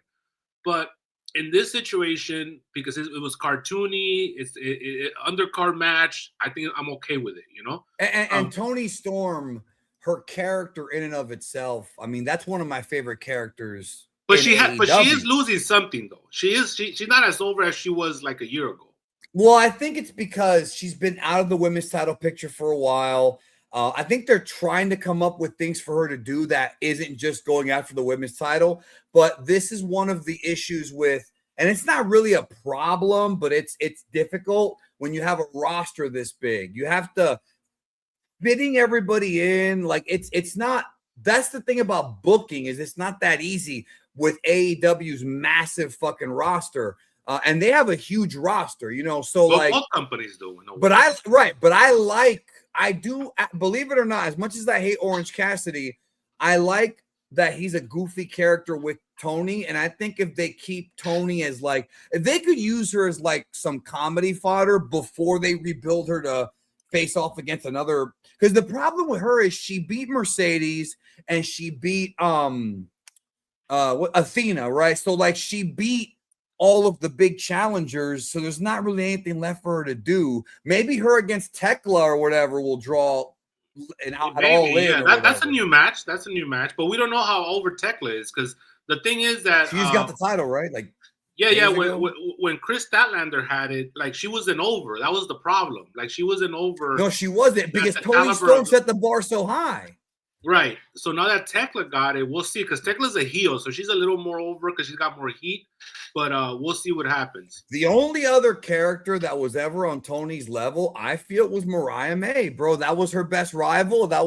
I love Blake Monroe. I love Mariah May. I will agree with you, and you said this privately. She's not where she was when she was in AEW, but I think when the time comes to bring her on the main roster, I'm hoping that she's great, bro. And the thing I like about Blake Monroe is that not only is she incredibly attractive, but she's a really, really good worker, like top 5. Yeah, she comes from the Japan, you know, from the Stardom. I had a slip up. I almost had a slip up, bro. Wait, what were you gonna say? I'm not gonna tell you. I'll tell you all fair. Okay, Danhausen. That's another guy who's kind of like Orange Cassidy, but there's a difference. When was the last time we saw this guy on TV, bro? It had to be like 4 years ago. Well, his contract already ended. He's not even in the company anymore. But he was under contract for a while. Yeah. He wasn't used, but he cut promos. He was mad because they didn't use him, and then his contract ended. He says he wasn't addressing you; he was addressing the Orange fanboy here. Yeah. Well, yeah. Okay. But I agree with the Orange fanboy though. Okay, well, I disagree. And I'm not even an okay. Let's before we move on from this topic. Here's a question I have for you. Me or for them? And for you. Me. All right. You say that you don't like Orange Cassidy, which is fair. I get it. And you're going to ask me about Jey Uso. I don't like him that much either. But he's way worse than because at least Orange Cassidy could fundamentally wrestle, bro. Jey Uso can't. He blows up about 3 minutes in. He does his fucking rest hold. He does that bullshit. Now, you could be into that if you want. I'm not. I'm a grown-ass man with a brain. I'm not going to be doing that whole bullshit. Okay. Can I tell you how I feel about that? Yes. Okay. Yes. So the entrance for a while, I mean, the entrance with the thing, whatever, that is basically to me like, it gives off like a party vibe when you go to the show live and you pay top dollar, you get to do that shit. Where I start to get mad, and you're right, he's not that good of a worker. I mean, he had the worst match at WrestleMania 40. Let's not forget with his own brother. And he had a bad match with Gunther at 41, which is Gunther has good matches with everyone. I didn't think it was that bad, but so the thing about Jey Uso is when he starts doing it in the matches, and by the way, Purple Bond Jedi, this guy right here can vouch because he's in the pay-per-view watch parties with me. Is he 400 pounds and or a midget? He's not 400 pounds, but he's getting there. Despite the fact that people in my server have told him to lose weight, bro. And we say it out of love. So I feel you, brother. I'm getting there too. When Jey Uso did it during War Games, I was like, come on, man. Like, you're killing the gimmick. And then during the Rumble, yeah, at least in the Rumble, Roman hit him. I would have preferred it, bro, if Roman just eliminated him right then and there. And then we have like a storyline where Jay's like, well, now I can't fuck around with this anymore. And then you have some development of his character. But no, he's pretty much now the fucking guy until they come up with something. What happened to him turning heel? That was like a rumor that, remember that? Yeah, but it never happened. No, but the thing is, I'm surprised Brock Lesnar didn't fucking choke him backstage, bro.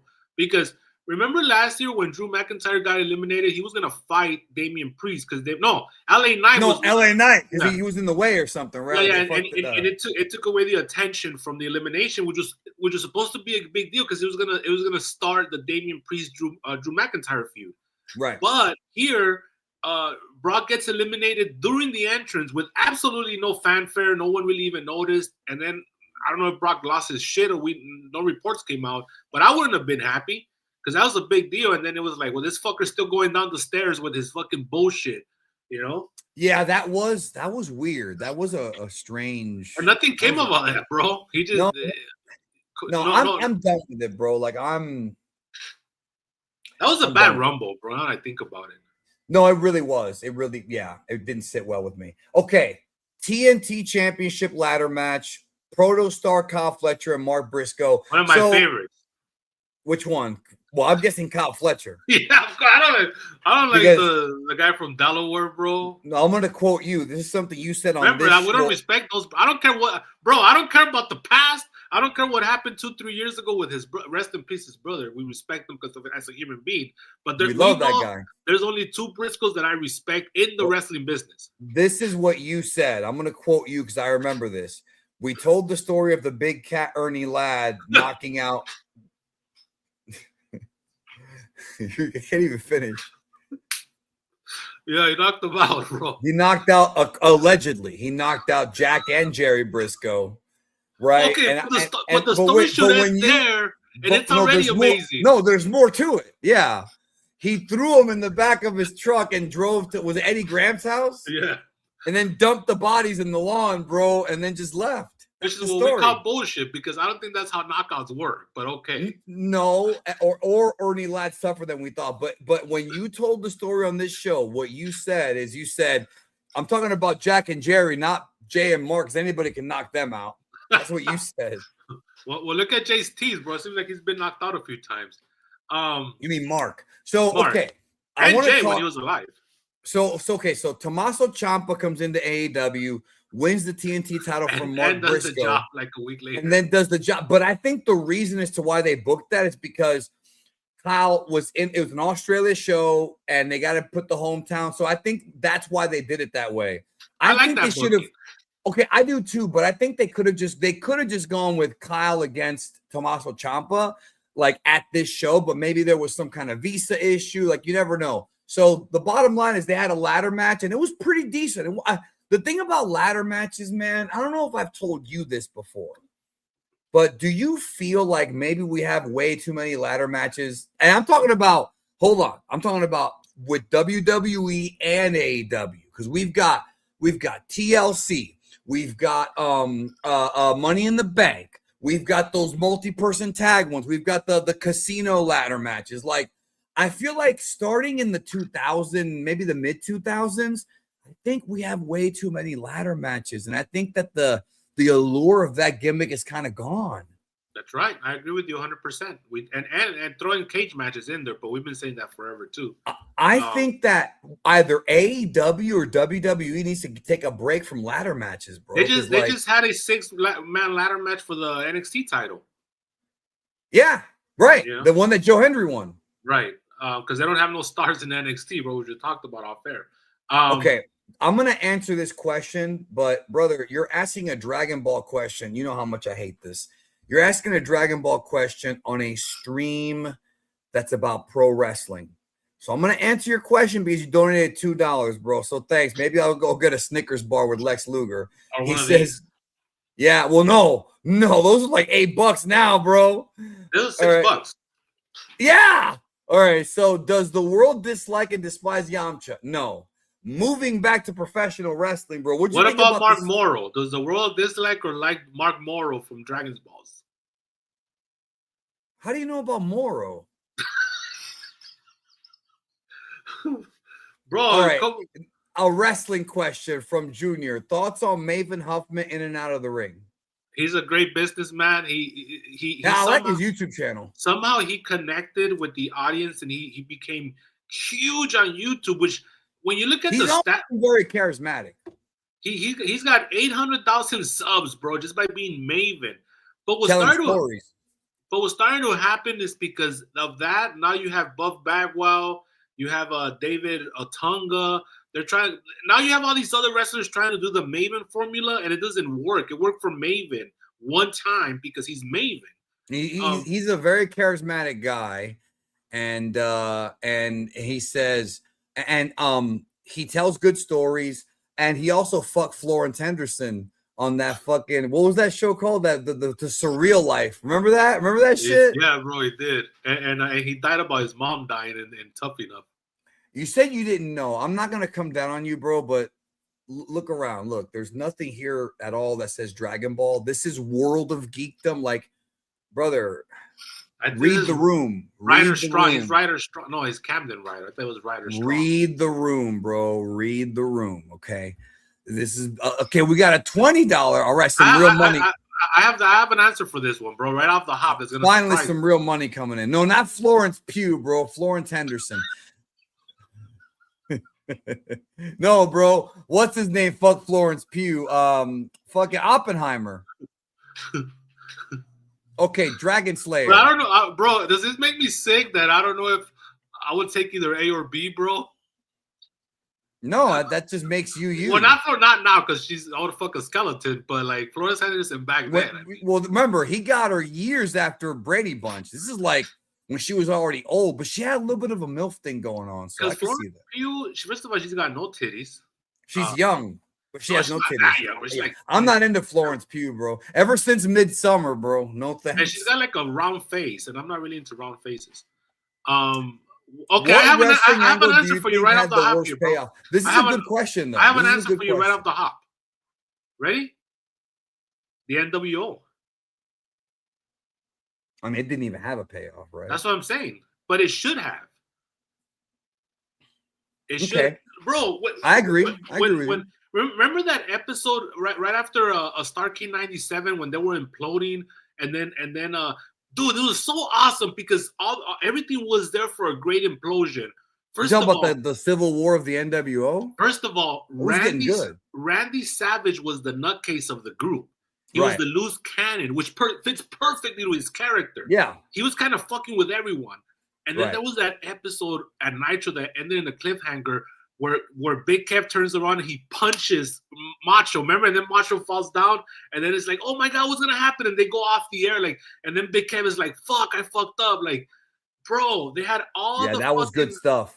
They had everything there to give us something special with the implosion of the NWO. Well, and they gave us the Wolf Pack. It's just that had no payoff. But then they went their separate ways. They separated because you know what it was, bro. There was too many egos. Nobody wanted to put anybody over. So they just compromised by saying, you go your way, I go my way. We got the Wolf Pack. We got NWO Black and White. No, but we've talked about this, you and I. I'm going to add to what you're saying. They went their separate ways. Goldberg comes in, becomes a champion. We move fast forward to Starrcade. Nash beats Goldberg, and then they tease and they book Nash. They do the infamous finger poke of Doom night. Now, what people have to remember is Hogan came back and he took Goldberg's place because it was supposed to be Goldberg and Nash in the Georgia Dome. They did a storyline where Elizabeth told the cops that Goldberg sexually assaulted her. And so Goldberg was arrested, and it was not a very good way to get him out. But Hogan comes back and challenges Nash. Now, when Hogan and Nash were about to fight each other, if you go back and watch 98, they teased Nash versus Hogan for months because Nash was the leader of the Red and Black. Hogan was leader of the White and Black. So this was supposed to be the big culmination. Now, obviously, with better booking, that should have been on fucking pay-per-view. So they have this fucking big match on Nitro. And if you look at the numbers, people were interested because like Draven said, we have been waiting almost a year for this. Okay, Hogan and Nash. And then they gave us the finger poke of doom. And on a classic KLB episode, you and I talked about how we can trace the downfall of WCW to that moment. There were other stuff too, but that was the one that killed it because ticket sales for the next 3 months had already been sold out. But then around April, May, we started to see the crowds go down, and that's because people said, fuck this company. That's what happened. Like, go back. If you don't believe me, go back and watch it. Look at the numbers. So okay, so that was my pick. What's your like pick? Logan said, bro, better than Dave Meltzer here. Well, let me ask you. I'm gonna ask you a follow-up question. Do you have a WWE version of what you think had the worst payoff? Yes, I do, and that would be the Kirk Angel, Triple H, Stephanie Love triangle. Oh, okay, that's which literally ended with Triple H punching Kurt Angle in an interview skit, and that was it. But but explain to the marks how that was built up for months, bro. It carried that was Senator Kresge, bro. And that was all soap opera shit. Even the women liked that storyline. Yeah, Trish was involved somehow, and you know all that shit, bro. How about this, bro? The Nexus angle. That's another one. That's that. Well, you know, I bought the shirt, bro. You clown me for that, bro. I should have worn the shirt on this show, bro. Remind me next time we tape to wear the shirt, bro. I'm gonna wear my El Idolo shirt because I bought big on me. Do you have a La Sombra shirt though? No, I have a Andrade from WWE, bro. What I want you to do is wear the poncho with the sombrero, bro. Get in full gimmick. And I'll wear the little white hat. Like the guy that was trying to give the burritos to Eddie Guerrero, bro, in the skit. Yes. And then he got intercepted by the Big Show. Yes, that's it. Okay, I got one for you. Eddie Guerrero! I'll tell you what. Bro. No, and then Big Show does this. I'll tell you what. You're going to take these back to Eddie, and then he licks the burrito, bro. And then he wraps it in, and Tom does a special delivery from the Big Show. bro, here's the thing, bro. Because Big Show's fat, bro. He punks the Mexican guy from the rest of it. So he leaves him with one, the one that he licked. Take this to Eddie. Because for whatever reason, the Mexican guy had like 20 burritos, bro. And then he jacks him for the other 19, and then he throws them on the floor. Remember, he does that whole, like he's actually salivating the burritos, bro. Right. But it was a trick all along because the Mexican guy was sent by Eddie with the laxatives on the burritos. The laxatives. And then that led to when he threw the shit on him, right? That was the next week. The shit on him. Yeah, 03 SmackDown, bro. But that means that Eddie Guerrero had to assume. That's SmackDown from 03. Eddie Guerrero had to assume because Paul White is fat that he was just going to want to eat those burritos, bro. Now, what happened to this business? That was SmackDown 2003, bro. But of course, that was also the era of Tori Wilson 2003 SmackDown, which was and the era of the greatest SmackDown theme song ever, bro. That's right, bro. The rap one. That's right, bro. With Kurt Angle sweating at the end. Oh, remember, I have all those episodes satellite feeds, bro. I think I told you that. You have the Minnesota Wrecking Crew 3. I do have that. No, that's on YouTube now. That's like not even. Not Mike Enos and not the Beverly Brothers. Mike Modest, bro, doing the fucking Emerald Frozen and Vinny fucking. I think we need to work on that. I'm gonna steal that. The headbanger. Yeah, I'm gonna steal that. You gonna steal that one? All right, I'm gonna give you my answer for this. Even though if I took more time, I could probably think of things are looking up. That's another one that was the Nexus. I think the Nexus is a great choice. Triple H and Randy Orton at WrestleMania 25, bro, because that build up, I loved it, even though it was wacky and over the top. But fuck, did that match disappoint, bro? Yeah, with Randy Orton is offering food to his fake wife, bro. That was weird. Yeah, and his fake house. That wasn't even his real house. He took a bump through the window. Bro, I've got in my list of somebody brought up earlier the one last year where Cody and Solo started feuding. I remember that, bro. They feuded for 2 weeks and then they dropped it. That sucked. No, but I'm trying to think, where did and whoever put it, if you could remind me, where did Cody go when they canceled that feud? I know he. That's when he started teaming with Roman when they had the tag match. That's right. And that led to War Games. Right. And then, because he had feuded with Solo, and then they just dropped that one. I want to show you something from Instagram real quick. I haven't shown you this yet, but or maybe I did show you earlier. I want to play this for the crowd. Actually, wait. Hold on. Let me actually open that window up again because I want to make sure you hear this. This popped me, bro, because if you're a mark, bro, you'll understand what's going on here. Okay. This is basically Triple H laying out every WrestleMania, bro.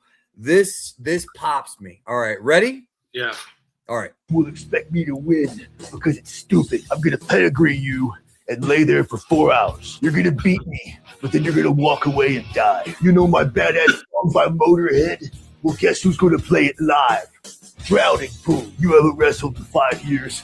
I'm slowing down. So tonight, let's go forever. Okay, I broke into your house. You tried to murder my father-in-law, and you knocked out my wife. So tonight, let's enforce the rules. Let's go after Rock and Hogan. We can get him back. I want you to put me in so long that we lose the crowd, and then I'm gonna tap. I want Terminators to run facial scans for Sting and murder him. I want an army of knights to surround me like 300 while we play just enough Metallica not to get sued. No one will expect. That guy's funny, bro. They were good, bro. They were good. This is the guy who I think is funny, bro. Have you seen this yet? Hey. The Conrad. To me. Did you see it? Yeah, but he sounds just like Conrad. He looks like him too. Yeah, that's no. He sounds just like Paul, bro. All right, They I'm gonna look play like the this. one-man gang. I'm gonna play this because this was so fucking funny, bro. Hey, it's Conrad. Welcome back to the New Era podcast with Paul Triple H Levesque. Like Paul, how are you? Well, does it feel like we're on the New Era podcast now? It's what we do, man. It's all part of the magic. Quite frankly, a weird response, Hunter. But today we're going to be talking about Booker T. Oh, God. Yep, Booker T. Chat me up, Hunter. In the build-up to WrestleMania 19, you cut a promo on Booker T in the ring on an episode. He got the little inflections. Chat me up. I'm sure he says "Roll Tide" right before this. I don't know if he does it on this one. So to Raw one night that doesn't really age well, does it? What say you? You know, when you do what we do on a nightly basis, you know, sometimes things happen and things are said that you wish you could take back, but it's all part of the magic. I mean, it's all part of what we do. It's all part of the show. And no! We all watched the segment, Hunter. It was the drizzling WrestleMania 19. You faced Booker T for the World Heavyweight Championship. Many people thought that Booker T should win the match. Instead, you won clean with the pedigree. Some people said that you were burying Booker T. Is that just rumor and innuendo? I think that's part of the beauty of this business, is that the magic never ends. The story never ends. There's going to be a Monday Night Raw after WrestleMania, and then the next week, and the next week. And that's just because you didn't get what you wanted at that particular show, you could always get it at the next show. Yeah, but Hunter, that was 23 years ago, and nothing ever came of this. Booker T never actually went over on you, so everything you just said is completely pointless. Let's actually send it over to Booker T to get his thoughts on all of this. Wave your hands from side to side, say. Hey, bro, when Booker first did that wave your hands from side to side NXT, bro, I was crying, bro. I love that guy. Well, but he's a horrible announcer, though. No, but we love Booker Hoffman here, bro. We love that guy. So, yeah the Triple H. That's right. And his wife jumped in, which is the kind of women you like. The kind of women that you like. You said that. That are subservient to their husband. No, that's not subservient. It's a fighter. So, all right. As far as this goes, okay. Because people are already asking questions about, like, we're going to get to this. All right, stand by.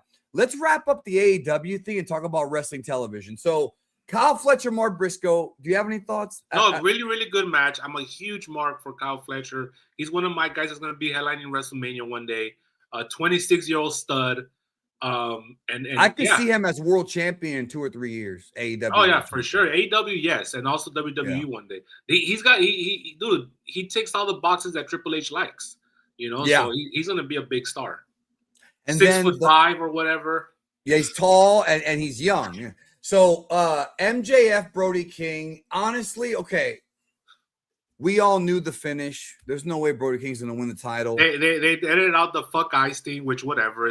No, they didn't. They did not. I didn't hear it in my. Oh no, I heard it, but there was a jump cut.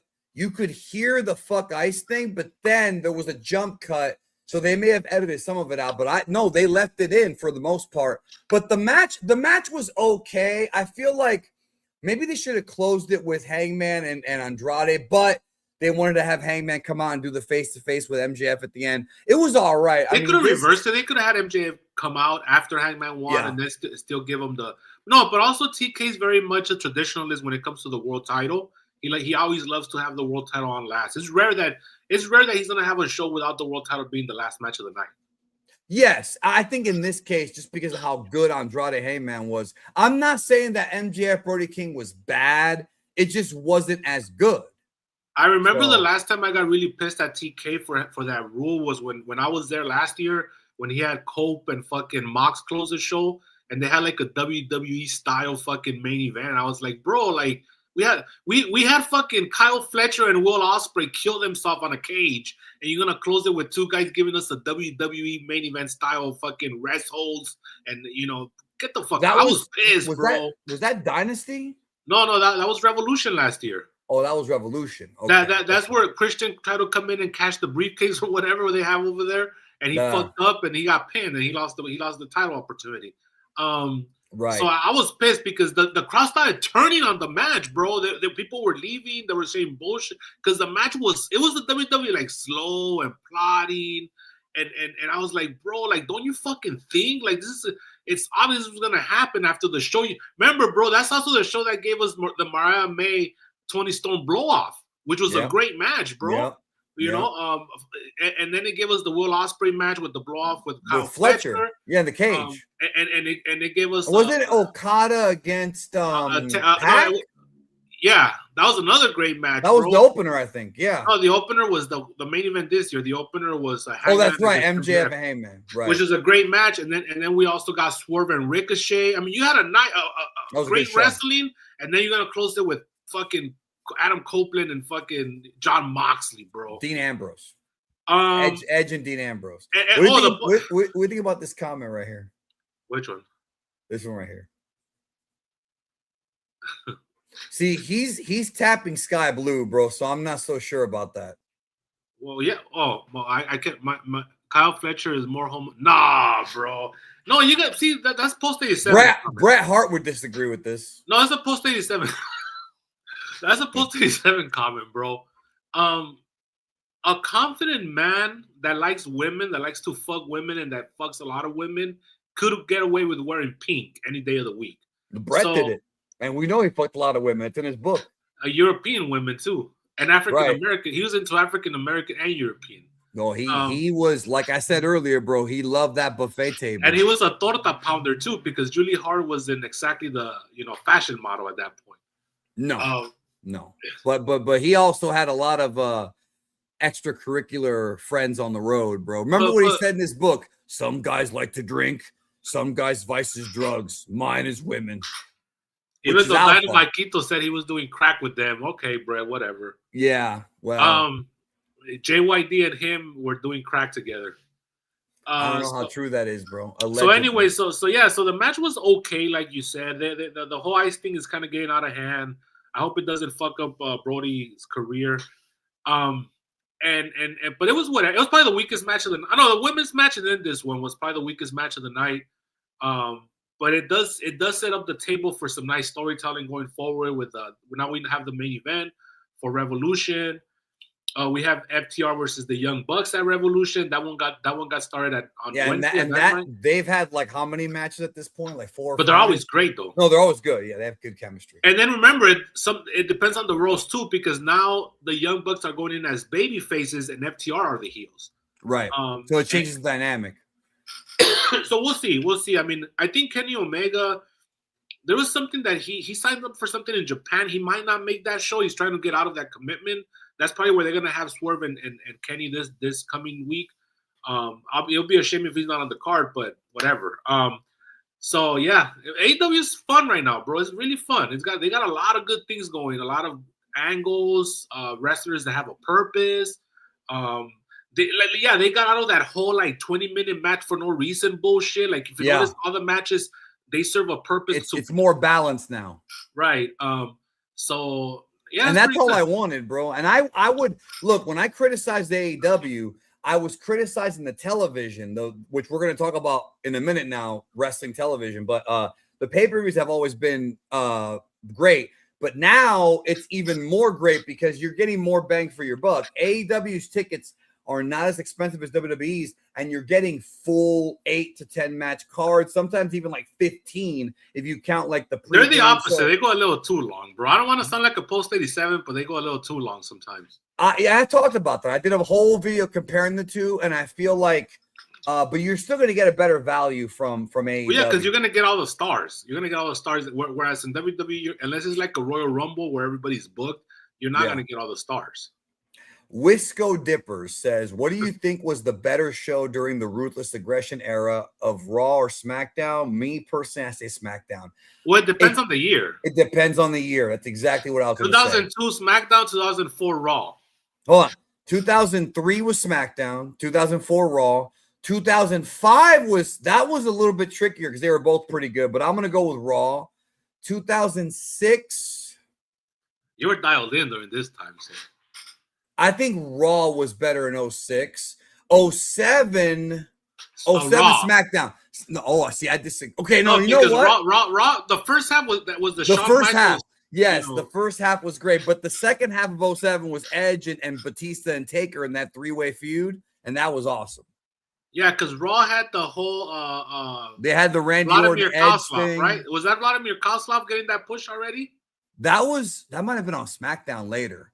So, and then 08, I think Raw was better. And then 09, SmackDown was better. Because 09, remember in 09, that summer of SmackDown where they had one like great main event every week and it was like Punk, Jeff Hardy, Morrison, the beta male. Like, so 09, I would say SmackDown. But in general, I think people remember the Ruthless Aggression era as SmackDown. I think. Like if you were just to like a general year. Yeah. Well, SmackDown always had. I always felt that SmackDown had the better workers and the better wrestling. Was Cena mostly on Raw during that time, or was he on SmackDown? It was on Raw, right? He started on SmackDown. He started on SmackDown, but then he went to Raw and stayed there pretty much. Like he never really went back to SmackDown full time after that, except way later. Yeah, because Batista was SmackDown. Cena was on Raw and Batista was always on SmackDown.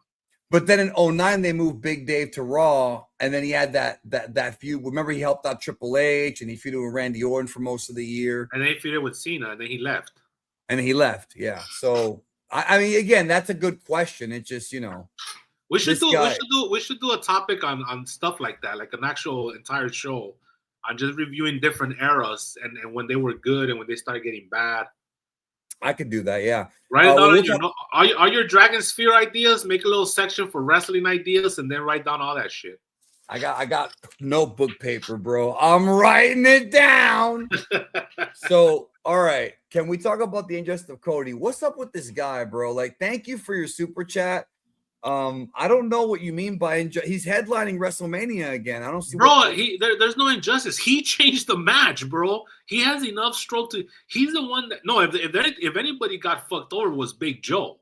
Big Joe was taken out of the title picture at the request of Cody and Drew. And Big Joe and they moved him to Raw to feud with Punk. Right, and so. And actually Braun Breaker is the one that really got fucked up because Braun Breaker was supposed to have Punk, and then they when they moved Big Joe over, they moved Braun Breaker with Seth. But they changed that too because prior to Braun Breaker turning on Seth, the plan for WrestleMania was Braun Breaker and Roman. That's what they were building last year, and then when Seth actually got shoot hurt and Braun Breaker turned on him, they changed everything. So there's been a lot of change plans, bro. Yeah, right.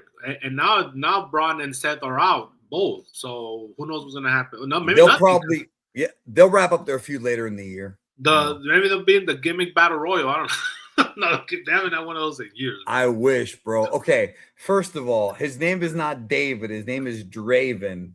He says, "Are you both gonna get WWE 2K26?" Okay, I'm gonna share. Yeah, he has no idea who you are, bro. Do you not only that, like the question, he really doesn't know who I am, bro. Yeah. Do you want to explain? Or do I you like want me women, so that answers your question right there. He doesn't really play video games, and I haven't played a WWE game, like a newer one, since like 2018. So it's been. Bro, a while. Is this where we could create the New Japan guys from the early 90s, bro? That's Fire Pro, bro. That's Fire Pro. You can do that, and you could. I mean, look, I don't know, bro. I'm not keeping up, but I haven't played a game. I haven't played a video game since Fire Pro Wrestling, bro. Well, they still have that. They're still making that. Where it could create the Three Musketeers. Yeah, but Fire Pro is awesome. But remember, that was the one that has the All Japan and New Japan in suits on the cover. No, that's not. No. One? That is not Fire Pro. That's King of Coliseum 2. Let me see if I can find it and show you, bro. That's an alpha fucking. King of Coliseum 2, bro. Oh, here it is, bro. I found it. I'm gonna pop you hard right now, bro. Hold on a minute. This is the most, bro. Okay, I know you're gonna love this, bro, because I know you. Because this is the most alpha. I remember I had this autographed at one time, bro. Take a look at this. That is the cover right there of King of Coliseum 2, bro. It's got Muto, Misawa, Shinya Hashimoto, and Chono in suits, bro. I told you that shit's alpha. Bro, and you can play as any of them too. Me, bro. Zeus 91 is popping me. See, this guy gets my humor, bro. Wait, who? Who is? Zeus 91. Zeus 91. Maybe that's fucking Zeus. What is question though, bro? It's not Tiny Lister. This one? He's talking about Dragon Ball shit. Also, bro. No, he's joking, bro. Look, do you think I know he's joking. I know his he's royalties joking. from Toy. Bro, he couldn't even get his royalties from Brock Lesnar. He ain't gonna get his royalties from Toy, bro. Let me see if I can find. Remember, Mark said that he was gonna beat up whoever Sable cheated on him with, and when he found out it was Brock Lesnar, he said, "Well, the Lord always showed me to turn the other cheek." That's right. Listen, I know you're not into wrestling video games, but the next time you come over, bro, I would love if which I don't know when that's gonna be. We'll have to turn in time. Yeah, well, I'm down for that, but I would love it if you played Virtual Pro Wrestling 2 on N64, bro, because it's got the Tokyo Dome, it's got all the All Japan music, and it's the only, listen, I'm about to pop you. It's the only wrestling game that has not only the MMA style like King of Pancrase and shit. It's the only pro wrestling game that has UWFI rules, bro. Me and Lou played with Gary Albright and fucking Super Vader, and we're throwing suplexes. See, this is like the tippy. Now that you and I are talking about UWFI rules, there's probably nerds in the chat who are like, huh? This is like tippy top nerd shit right here, bro. Not even Garrett knows about this type of shit, bro. But we popped for Takada and we did a whole history of Japan episode. This right here is King of Coliseum, bro. I'm just gonna show you a little bit of the game. Wait, I was trying to show you a little bit of the game. What the fuck? Hold on. Stupid. This is King of Coliseum. There's Kawada, right? This is PlayStation 2, so it's not gonna look as good as it does now, bro. But it's got the 0-1 ring, bro. It's got that's pretty good. I mean, I haven't played a video game in so long. I'm impressed by the graphics. Yeah, this is PlayStation 2, bro. Remember, we're on PS5 now. Can you hear it, by the way? And it even has their language, bro. The commentators. Oh, you can hear it. Okay, good. It's like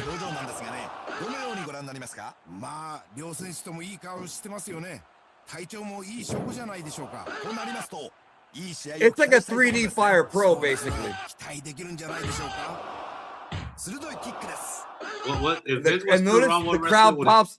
The crowd pops at the Japanese crowd. Oh.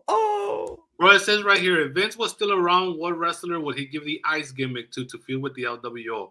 That would be Kaiser, bro. That's a KLB question and a half. Yeah, him or El Grande Americano, the Chad Gable version. El Original, get it right, bro. What if Jason Jordan comes out of retirement, bro, and joins that stable? Kurt Angle's kid? Yeah. Anyways, all right. Do you want to talk about this? Things are looking up, bro. That's another failed angle. You know, sold that one. I mentioned it. Yeah. So okay, we've got a few more super chats. Let me see if we can get those out of the way before we talk. Well, one more. Zeta Force, what is more alpha? Wade Barrett telling a dime he doesn't see a future with her, or Big D No selling a buff guy's punch to the face? Do you know that story? No, I thought Dick Steiner was the one that did that. No, Dick Steiner did that because to Kevin Nash, bro. Kevin Nash punched him in the face when he was asleep, like this. Yeah. And Dick Steiner said, "Come on, man, let me sleep." That's alpha. No, he's talking about what I did it, bro. Do you know that? I don't even know if I ever told you that story, bro. It ain't gonna beat the Batman one, but okay, tell it. I've only been drunk 2 times in my life. This was one of the 2 times. I went to a club called Mai Tais. This is like back when I was 21, 22. Yes, I've actually been to clubs, folks, believe it or not. So I was fucking hammered, and I was talking to this chick, right? And I wasn't even hitting on her, but the jealous boyfriend. Now, I don't remember too much of what happened. Jealous boyfriend comes in, whatever. I said some shit to him, whatever. This motherfucker, we go outside, and he fucking hits me in the face straight up like this, like hard. And I just looked at him, and then he backed away, bro. So I basically no-sold his ass. Because I don't know if it's not even about me being tough, bro. I think I was so fucked up, bro, that like I felt no pain. But yeah, he probably hits like a pussy too. I don't remember, but I know that the next day I did have a bruise, so he definitely hit me. Like he hit me right here, bro, and I just basically no-sold him, and then he fucking like backed away, bro. I guess that was it. He didn't want any more of me. I didn't even hit him. That's pretty alpha, though, I think. It all depends. Okay, I missed WCW Thunder. That show never had problems. No, it did have problems, bro. Then you've never seen WCW Thunder. What the fuck? No, it had a lot of problems. Now, I will say this. If you go back and watch Thunder now, you are going to get some really good matches that I think are very underrated, bro. There was a match on Thunder, bro. This is going to pop you. Stevie Ray against Psychosis, and it was fucking good, bro. There's some sleepers on that show. It was probably all Psychosis, that's why.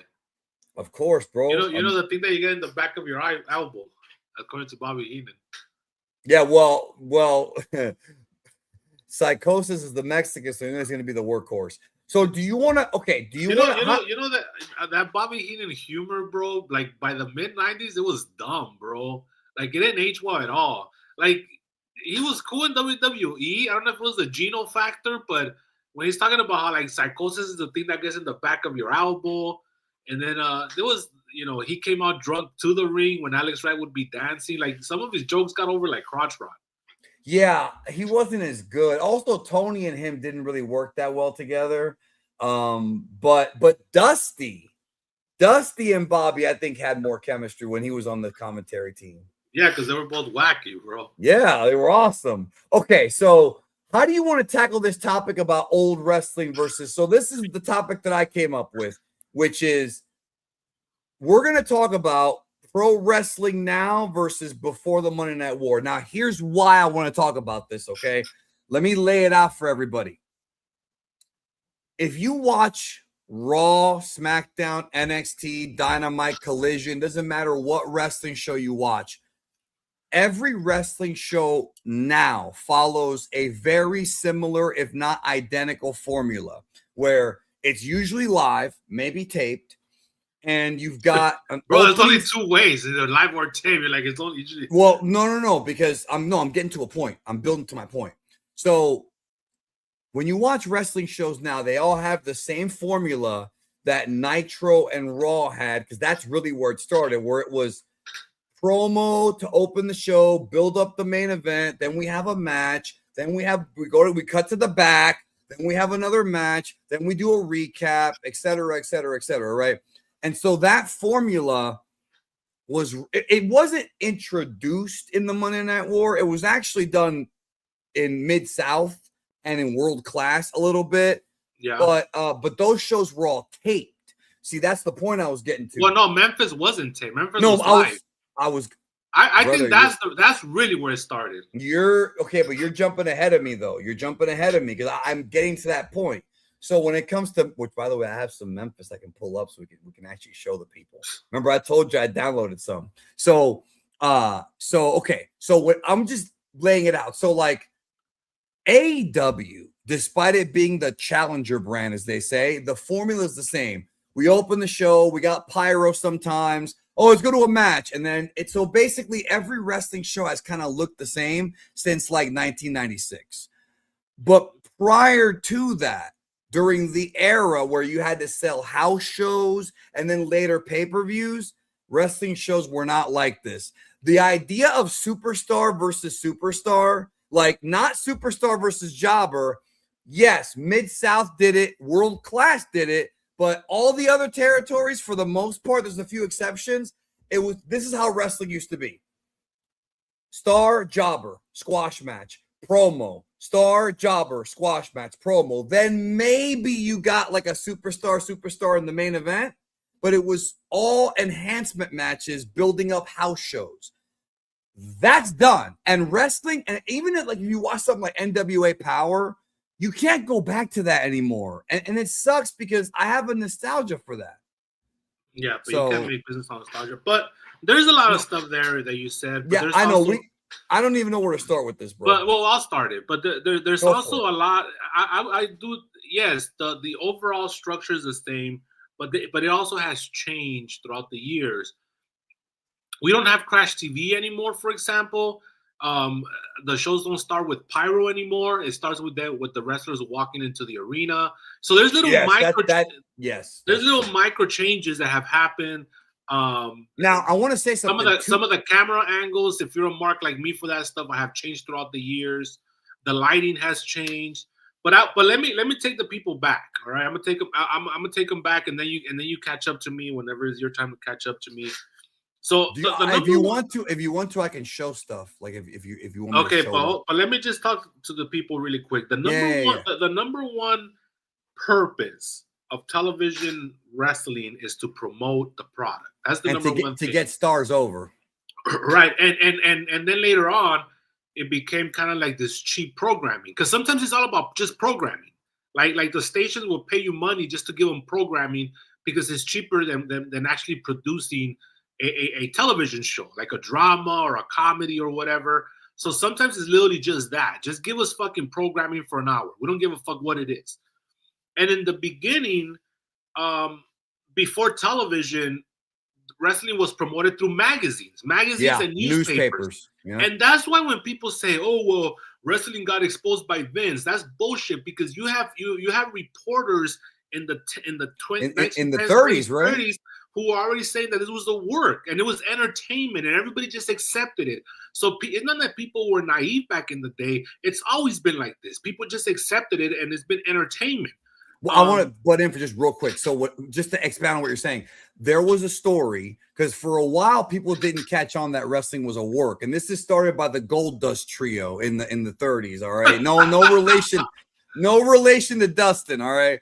So what happened was, one of the newspaper reporters published the results of the next night's wrestling show that was still to come live. He somehow knew the booker in the paper. So people read the newspaper, then went to go see the wrestling show, and everything that was in there was in the wrestling show live. And that killed the business for a little while until television brought it back up with the DuPont network. Go for it. So I don't know my history. Like I don't know my fucking history. So early promoting was all done to the newspaper and magazines. And then in the 50s, when television started, we brought the DuMont network, which pops me, bro. Now the DuMont network didn't have any bookers. They literally just paid the promoters, particularly from the Midwest. You know, Vern Gagne started. He became one of their bigger stars during this time. Well, didn't they also have Gorgeous George and like the California? Because I remember seeing clips of that. Oh yeah, for sure. They had the California people, the Midwest. So a lot of those early stars were coming from that. And the Dumont Network, all they got was arena matches. They didn't get no storylines. No, it was just arena matches.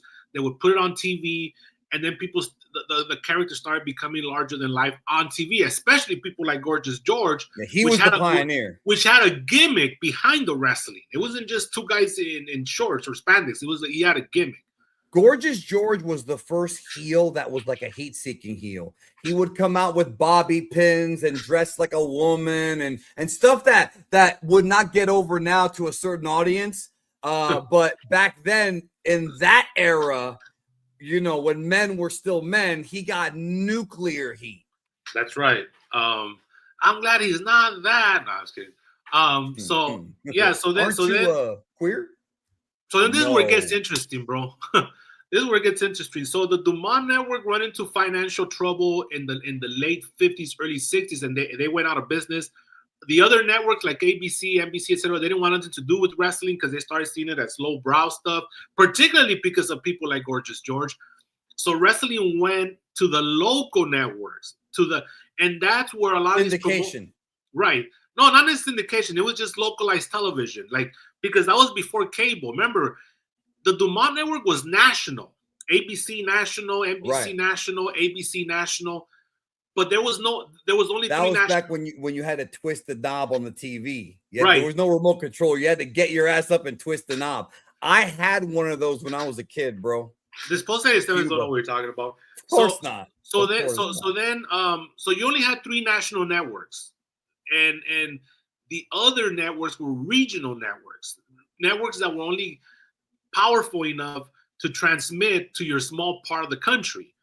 So when wrestling left the Dumont Network, you had all these promoters that started kind of running their territories, and they started promoting the wrestling locally through those little stations. Now, because it was so small, the stations would pay the promoter to put the wrestling on the air. That's how Memphis stayed in business for years.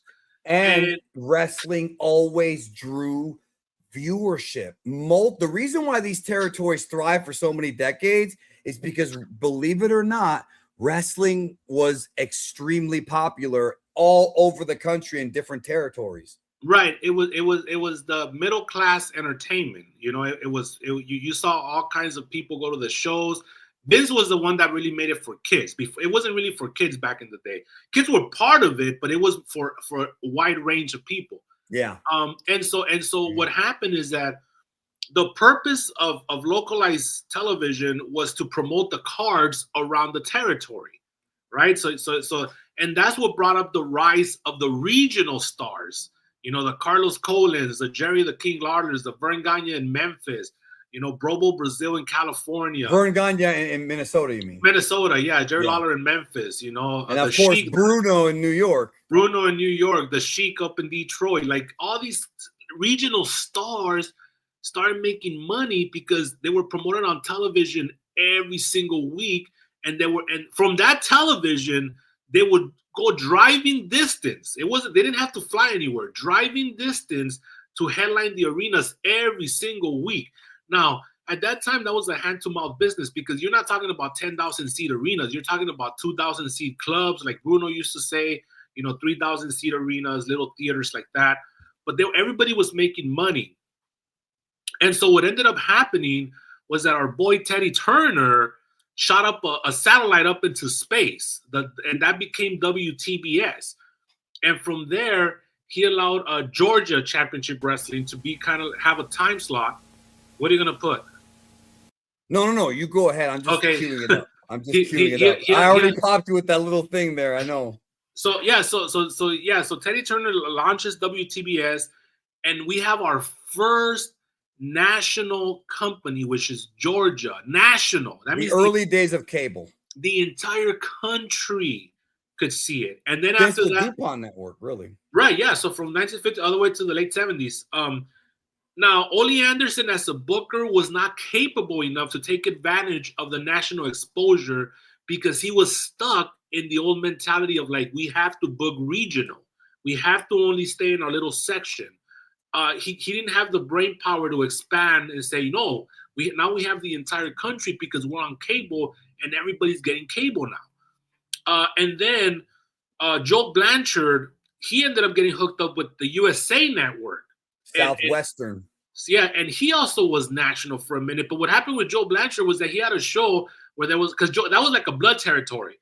So there was a lot of blood, and they lost their time slot, and Vinny picked it up. And that's how he started his expansion with the US and the relationship with the USA Network. And the most notorious thing about Vinny in that era, especially with Joe Blanchard, is Vinny got on the USA Network, and this is something people don't remember. In fact, not even the WWE documentaries talk about it. He would show matches from other territories, and it's like, well, wait a minute, why would he be promoting people who he was about to take over? He was like, world class and things like that, because the people he would promote on that USA Network show are people that he was eventually going to recruit for the WWF expansion. So see, Vince was such a brilliant but cutthroat businessman that he would show like, oh, here's Roddy Piper in Portland. Here's, the Junkyard Dog in Mid-South. And then boom, next thing you know, they're on WWF television. It was almost like Black Saturday before Black Saturday. Right. So we talked about the purpose of all these TV shows to promote the local shows, go around the loop. Everybody's making money, not getting rich, but making six figures in that time, which is a lot of money. Nobody's making millions, but they are making a nice, healthy living, driving Cadillacs and all that. Well, I mean, there were a couple of wealthy, yeah. I mean, well, the promoters, but not the wrestlers. Yeah, the promoters. No, the promoters, yeah, except for the world heavyweight champion. Right, who got like 4% of the gate. So, okay, so then going back to the squash match format that you're talking about, Vince McMahon was the one that started that whole like it's all squash match format, because what the other territories would do is they had like mid-level jobbers where they would still get some token off, yes. like what we were talking about earlier, what we saw in AEW where they have those 20-minute jobber matches. That was the norm before Vince. It was always guys that were gonna lose, but they still gave you a nice exhibition with the main guy. And it wasn't a quick squash. No, and actually, even in some of the New York, because I've got a whole run of 1980s WWF pre-Hogan. Even there, they like, for example, guys like the Puerto Ricans, bro, like Jose Luis Rivera, right? Like he would Pedro Morales. Yeah, Pedro. Well, no, Pedro was a big star, but I mean like the sort of the jobber guys. Jose Luis Rivera. Yeah, they would go in there, and then Vince or whoever was doing commentary would talk about, he's got he's a high school champion wrestler. They would actually like give him credentials, and then they would put a good match in. Like another one's SD Jones. That's another one, bro, where you might see SG Jones get a win against the nobody on a house show or when he's teaming up with Tony Atlas, but he always lost to the bigger guys. But yeah, there were more competitive matches, but you could tell who the stars were a lot of the time because the jobbers would always just wear tights and that's it. Whereas the stars would come out with gowns and classy Freddie Blassie and Yeah. Let me say one more thing before we get out of the territory and go into the next phase that we lost because of the studio system kind of I wanted to talk about studio wrestling and show some we'll get to that. But one of the things that we lost is that communal aspect of it, because since everybody was so localized, right? Everybody was so localized. Everybody, the same people went to the studio every single week. So it was like I got a little taste of it with PWG. You got a taste of it with FIP, and it was with FCW. And with FCW, it was like you saw the same people, and they became friends. It became like a second family almost. And so that was something that we lost when Vince went national, because now it was arenas and it was different place every week. So that was another thing that I like about Territorial Wrestling and the television is that you could see the same people every week, and they would do it in such a small studio that you could make out voices. Like every time in Mid-Atlantic, bro, when Ric Flair cuts a promo, you could hear the cat calls, And it's the same girls every week. Yeah, or you suck, Flair, the same guy, and you could hear that, and then Ric Flair. A more modern version like Hat Guy and those guys from ECW, right? Yes. ECW was a territory, Eastern Championship Wrestling. So, anyways, so there was that. So, what were you gonna say about studio wrestling? Because that's important. I have a clip here. This is an old clip I have. This is a Chic Bobo Brazil. This is really old. One of the oldest things that I have, right? Now, this is an example of what we're talking about here. Like, see this. Now, here's the thing. Let's be honest about Tiny this. Lister would be very happy with this match. Yes, they always outdraw. So the thing about these matches is when you compare them to, and we've talked about this before, what wrestling is now. You're not going to get a Javon Evans or a Kyle Fletcher type of match. That maybe in Lucha, in CMLL, or back then it was known as EMLL, then you might get something. But in America, the wrestling was a lot of the territories, maybe not so much Memphis, but a lot of the territories tried to make it very realistic. That was the whole thing, is realistic. So you had like a host like this. Again, wrestling shows not like this anymore. You had a host, and then here it is, Detroit Cobo Arena. Oh, bro, that's where the big blow fell off the roof right there. That's right. And Joe Louis was the referee. It became Joe Louis Arena later on. But the point is, that was another arena. That was the bigger one. That was the one next door, I think. Yeah. Wasn't that like right next door? Right. Yes. That was the WWF arena. Cobo Hall was WCW. So this is an example right here of the studio, right? This is Detroit. So once again, I must stress. So and again, this is all territorial wrestling, and like you're talking about, you see the fans there. It's a little building. Even WWF, which was bigger because it was New York, but they had Allentown. I was going to say they had Allentown and Hershey. I think it was Allentown, right. Hershey, and Poughkeepsie. Poughkeepsie was also one. That was later. Poughkeepsie was where Triple H gave the pedigree to Champagne, or what was the name? Marty Garner. Marty Garner. Yeah, when he killed them. that was Poughkeepsie, bro. Yeah. And let me explain to the people why they were in small studios. I said earlier, the local television networks, because they needed programming, because they, there was only so many shows, and they didn't have enough money to make their own shows because they were local television. They were not national. So they would hit up these promoters and be like, look, we have a little studio here that's set up for television, for television comedies, drama. Bring in your wrestling here and we'll film it here. We got the cameras. So that's why you saw a lot of studio wrestling, because it was the deal they had with the networks so they could produce this cheap programming weekly, and the wrestling promoters get to promote their house shows, which was their bread and butter.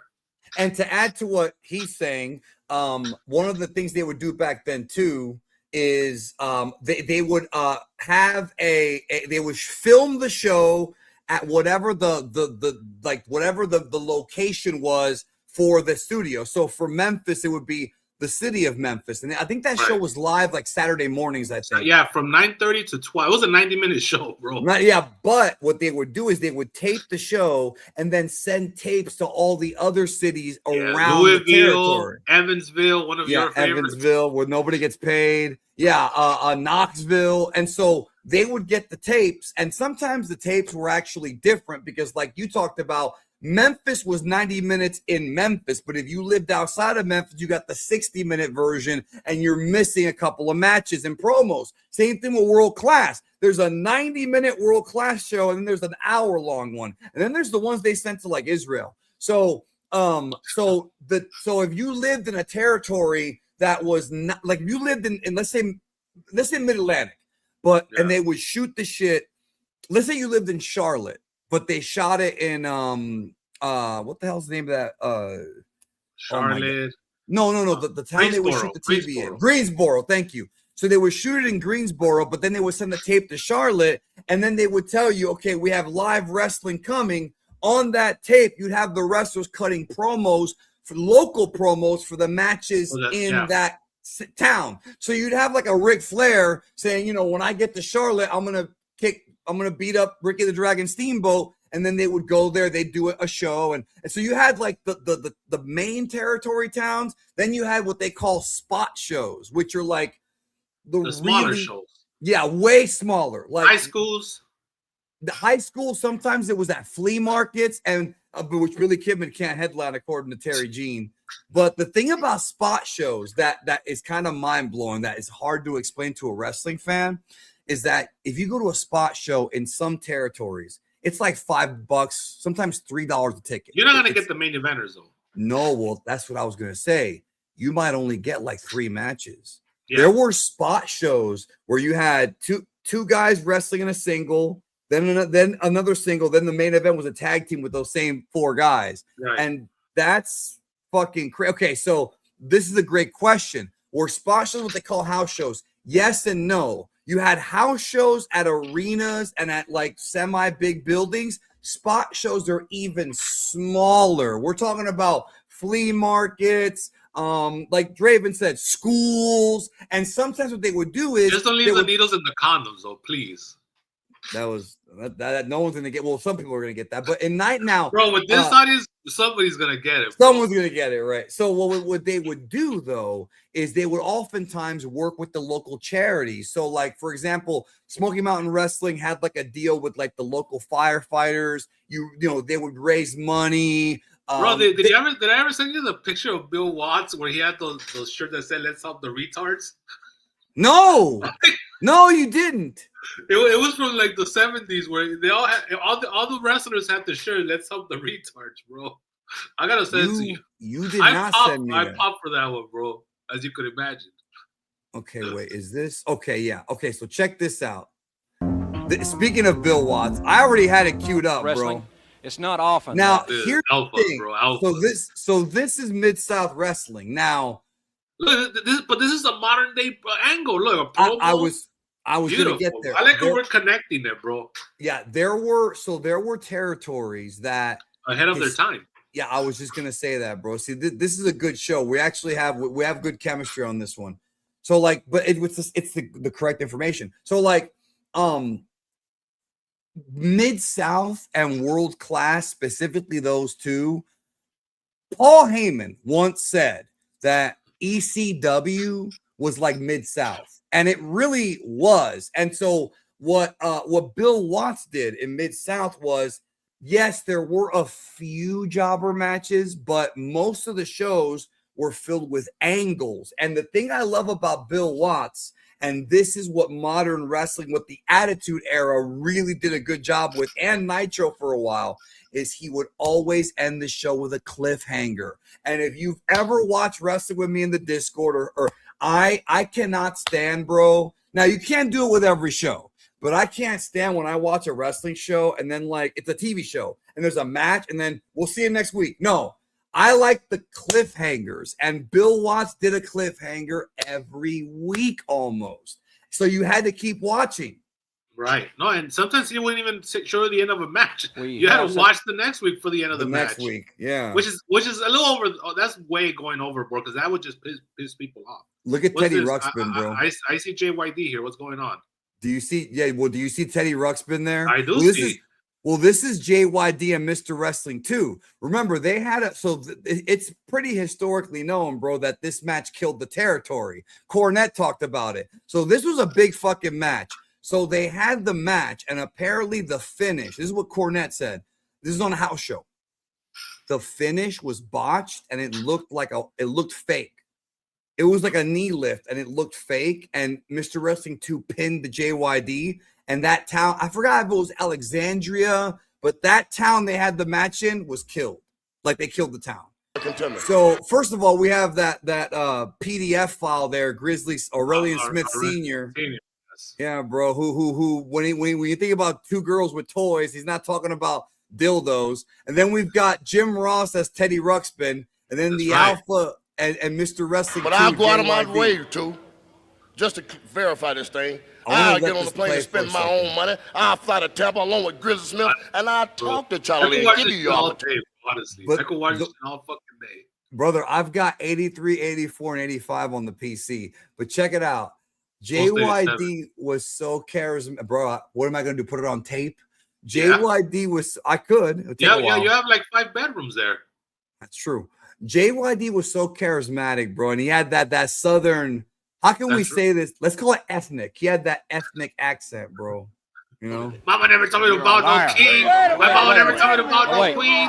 Only the good Lord of the mom. And we've got the Alpha Magnum Terry Allen there, bro. Another Alpha. How many Alphas are in that ring, bro? Well, 3? There's one beta. We know that. The tallest one is a beta. What about Jim Ross? Where does he rank? during this time. He had an abortion during this time. So this was when he was talking about fucking stewardesses and airplanes. So he might actually be. Let's get back. Let's get. Well, he also said that he likes to get his ass to the issue. So you don't get his. He's not gonna get your approval. No, let's get back to the reason that we were here. Their manager, Mother's little darling, Jim Cornette. Mother's little Darcy. That's another thing I love about wrestling back then. Mother's little darling, Jim Cornette. As the referee, that was his nickname. No, but it's wacky. We still see shit like that.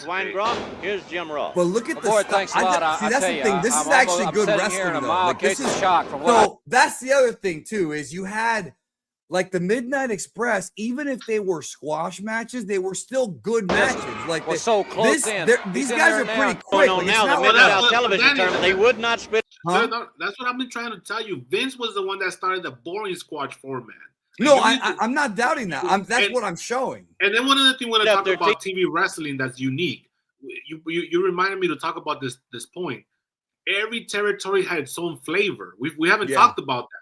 And Vince McMahon and New York have always been the land of the giants, the stiffs, the slow. To this day, bro, they've always been the more methodical, and that's because Vince Sr. believed that every wrestler should be like larger than life, like a comic book character. And Vince Jr. was a bodybuilder.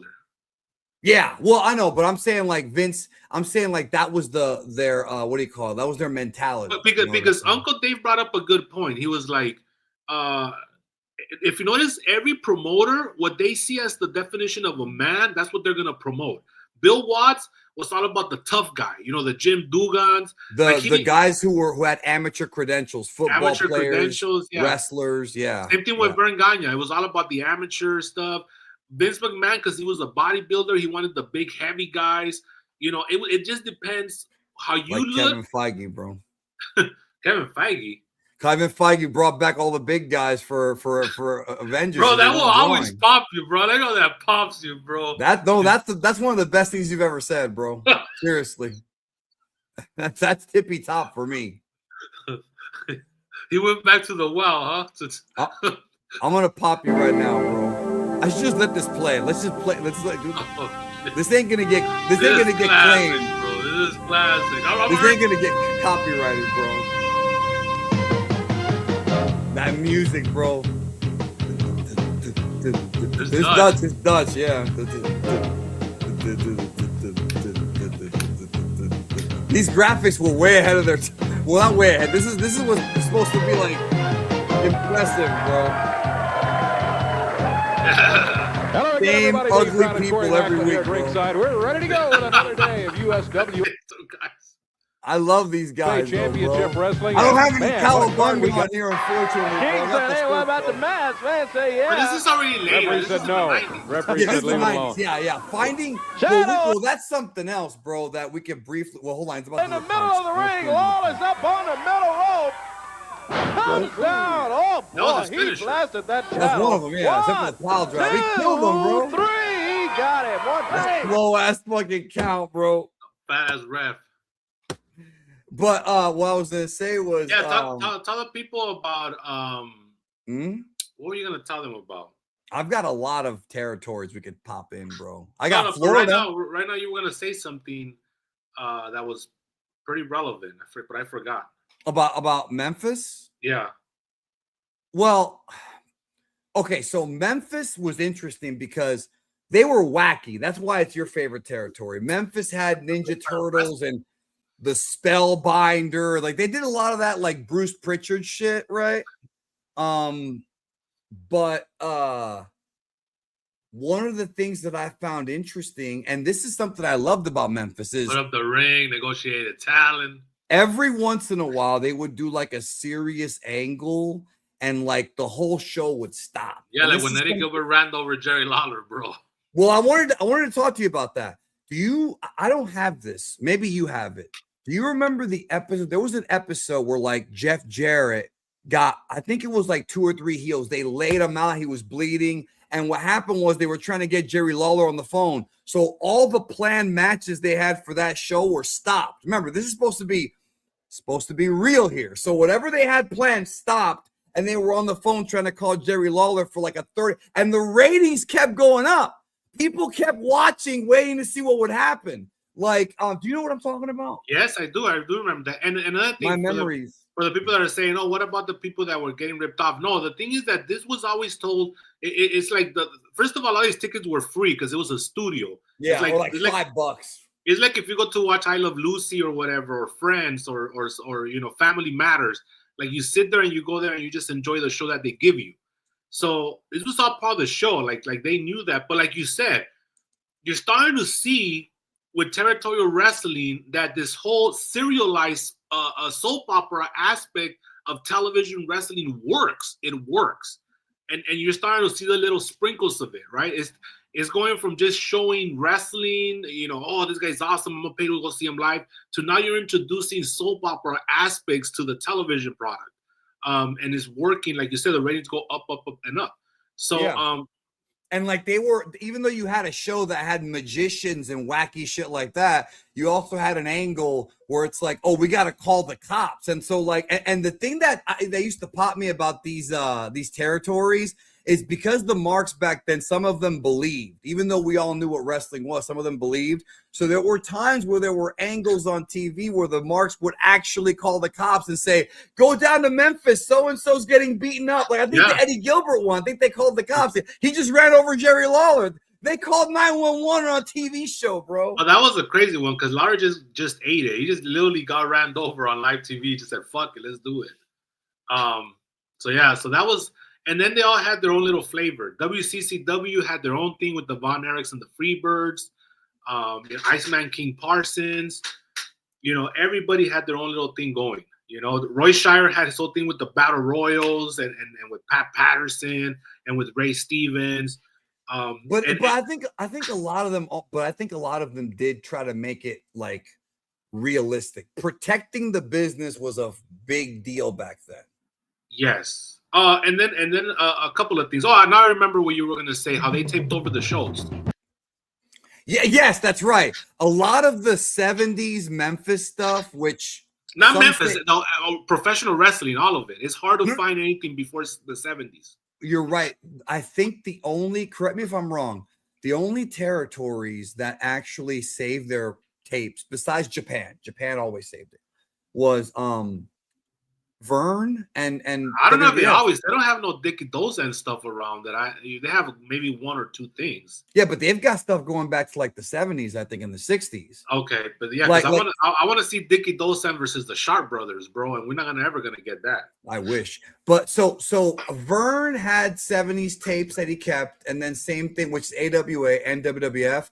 But I was using Memphis as an example. Some of the best shit that ever aired in Memphis was in the 70s, and nobody can see it because it's gone. It's been taped over. And VCRs weren't even sold until 1979, and they were $1,000 back then. So here's the thing. Like, we talk a lot about technology. We talked a lot. Like, if you were able to tell somebody this 20 years ago, what this could do for you, you wouldn't believe them just because it wasn't out. Maybe 30 years ago. It's the same thing with VCRs. Nobody really understood that you could make money off of archival footage. Like, it wasn't a thing. So you would rather just save money by reusing the tape instead of having to buy multiple tapes. And then it bit them in the ass because later on there was an entire industry of like archival footage and having value, tape libraries and whatnot. So a lot of the territories would erase their footage and just tape over using the same tapes over and over again. And if it wasn't for collectors like Jim Cornette and others, that kept Mike the tapes, Mike Tenay, those kind of guys, they actually kept the tapes. That's how we were able to salvage a lot of the old footage. And even the WWE archives that they use for the network or whatever they have now is because of contributions from collectors around the world, not necessarily the TV stations. And that's why you see them a little shoddy. You see the little tracking little line there. So that was television during the Territorial era. So let's I want to switch gears now to like Vinny and what he did to really. Bro, look at the flag at the back already. Bro, hold on. I'm not gonna let this one go. Championship match at Reunion Arena. Well, you know what happened in that one. Michael Hayes was leaving the ring. There was a confrontation. We had a chance, though, to talk with Michael at his home about that. I'm so glad I have this, bro, because the net with Peacock being gone. This is awesome, bro. Already this is awesome. Look at Buddy Jack. Yeah, that's right. Because Texas is the only state in the South that don't fly the Confederate flag, and we take them over and going to keep taking over some y'all. They're playing Knocking on Heaven's Door, bro. I just answer that too well, I guess. And that makes the segment better. It's a beautiful place. It's a lot different from old Bad Street. You've really come along in your young age, you and Terry and Buddy. Yeah, that's true. You know why? Because when we was down in tracks, we used to not dream. Bro, the blonde hair with the black fucking. Our mother's son when we hit the ground. With the black highlights or the black beard. Black beard. We walked. That's why, because a lot of people sit back and they say what could be, what might be. But we go out. Let me change the subject a second. Ask you about the Territorial championship match. Are you disappointed? Do you think that your fans are disappointed in the way? Hey, aren't you going to talk to me? Buddy Jack, bro. And he's got no shirt on, bro. Very why nice. though? Like, all these questions, you always ask why, bro. That's why it's awesome. Are you going to be around now for a while? You know, we have several investments. The music is making it hard to hear. I'm gonna. Oh wait, hold on. I didn't know he was gonna talk, bro. Brother, all I have to say about him is little fella, kind of. Even though he's a big fella. It's holding the door. But he's an ND, right? Because he had the gift of wrestling. He's kind of an NDer in a way. I think most of these guys are. Carry Von Erich in the head. Now, what do you think of the situation? Are you satisfied? Are you upset? Are you disappointed? Let's see it. Do it again. Bro, something in a nice way. He put his hat on to shoot it. That's like Jericho pouring the fucking. See, it's the little details. It's the little details. What happened to wrestling, bro? I would rather watch this than any modern wrestling. And I'm not trying to be funny. I'm dead ass. You're gonna miss because you're in my house. You're in my house. Look at him. He was like Abyss does now, bro. I was put out to guard the gate. That was my job. And he's got his shirt open, bro. So one's got a shirt, one's got no shirt, and one's got the shirt open. Make sure that nobody comes in. And one has a leather jacket for indoors for no reason. Indoors, yeah. Because it looks cool. Terry Von Erich hadn't been trying to sneak away from the world's championship. You're like a big kid, bro. He looks like Rocky Dennis a little bit, bro. Oh God. So that's the match coming up, here's bro. the thing, bro. I have a question. Purely Sexy Hayes. So they have all these like scholarly like books in the back, right? So they're like a lawyer's room. So they have one red, but they have a Confederate flag like right in the center of it, and it's like, so what are those books then? Because those books are very like, there's a lot of knowledge in there. Oh, you know? Andre, that Vince, I don't know, bro. Vince Senior, probably all Bibles, bro. Vince Senior lent Andre out to Fritz for a weekend, right? Because you know that's the only way he was Listen, there. You go get dressed. We'll see you in the match. Okay. Thank you, Andre. Yeah, this was 83, by the way. I don't know if you recognized. What's going on here, bro? Oh, it's Andre. Okay. Oh, I remember this. I think we watched this in the Discord. Oh, that shit was fun. Gordy and King Kong Bundy. Big King Kong Bundy and Terry Gordy, bro. That's two big hosses going at it. See Your that? favorite. Okay. This right here is not squash matches. But the thing about World Class is they would tape like the whole show, and then that show would be split into like weeks of TV. So like Vince did that later on too. Yeah, he would do 4. It was Monday was right after the pay-per-view. He would tape right after the pay-per-view. Yeah. Monday would be like Raw or Primetime or whatever, and then Tuesday was like I think Superstars, and Wednesday was Wrestling Challenge, and then for the rest of the month it's just house shows, other than pay-per-views and specials and whatnot. So right. So, yeah. Go ahead. So yeah, we should transition over to what Vince did, because Vince changed a lot of this in the way he booked wrestling. And let me I can pull something up. Oh, sorry about that. So Vince in '82, he goes into the convention, one of the most alpha scenes you're ever gonna see, right, with his dad.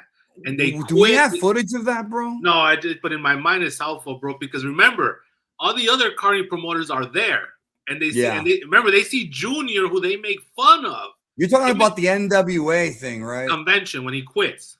Okay.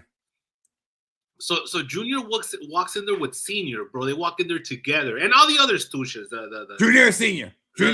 Gino, I'm sure Gino was with them, and Willie Ginsenberg. They were all there. Classic. And this is late '82, and Vince quits, right? And everybody's saying, "Why is he quitting? Like, what's going on here?" That was a declaration of war, bro. Before he actually started. The sports entertainment capital of the world. Sorry about that. The Garden. So he quits, and then what he starts to do is that he starts to send out tapes of his shows, his house shows, to other markets, right? And steal their wrestlers. Yes, and he starts. He first guts he starts with the AWA, bro. He guts the fuck out of the AWA. Yeah. He takes Dr. D. David Schultz. He takes Hogan. Do you remember the story though? Scheme Gene. Do you remember that he tried to buy them out?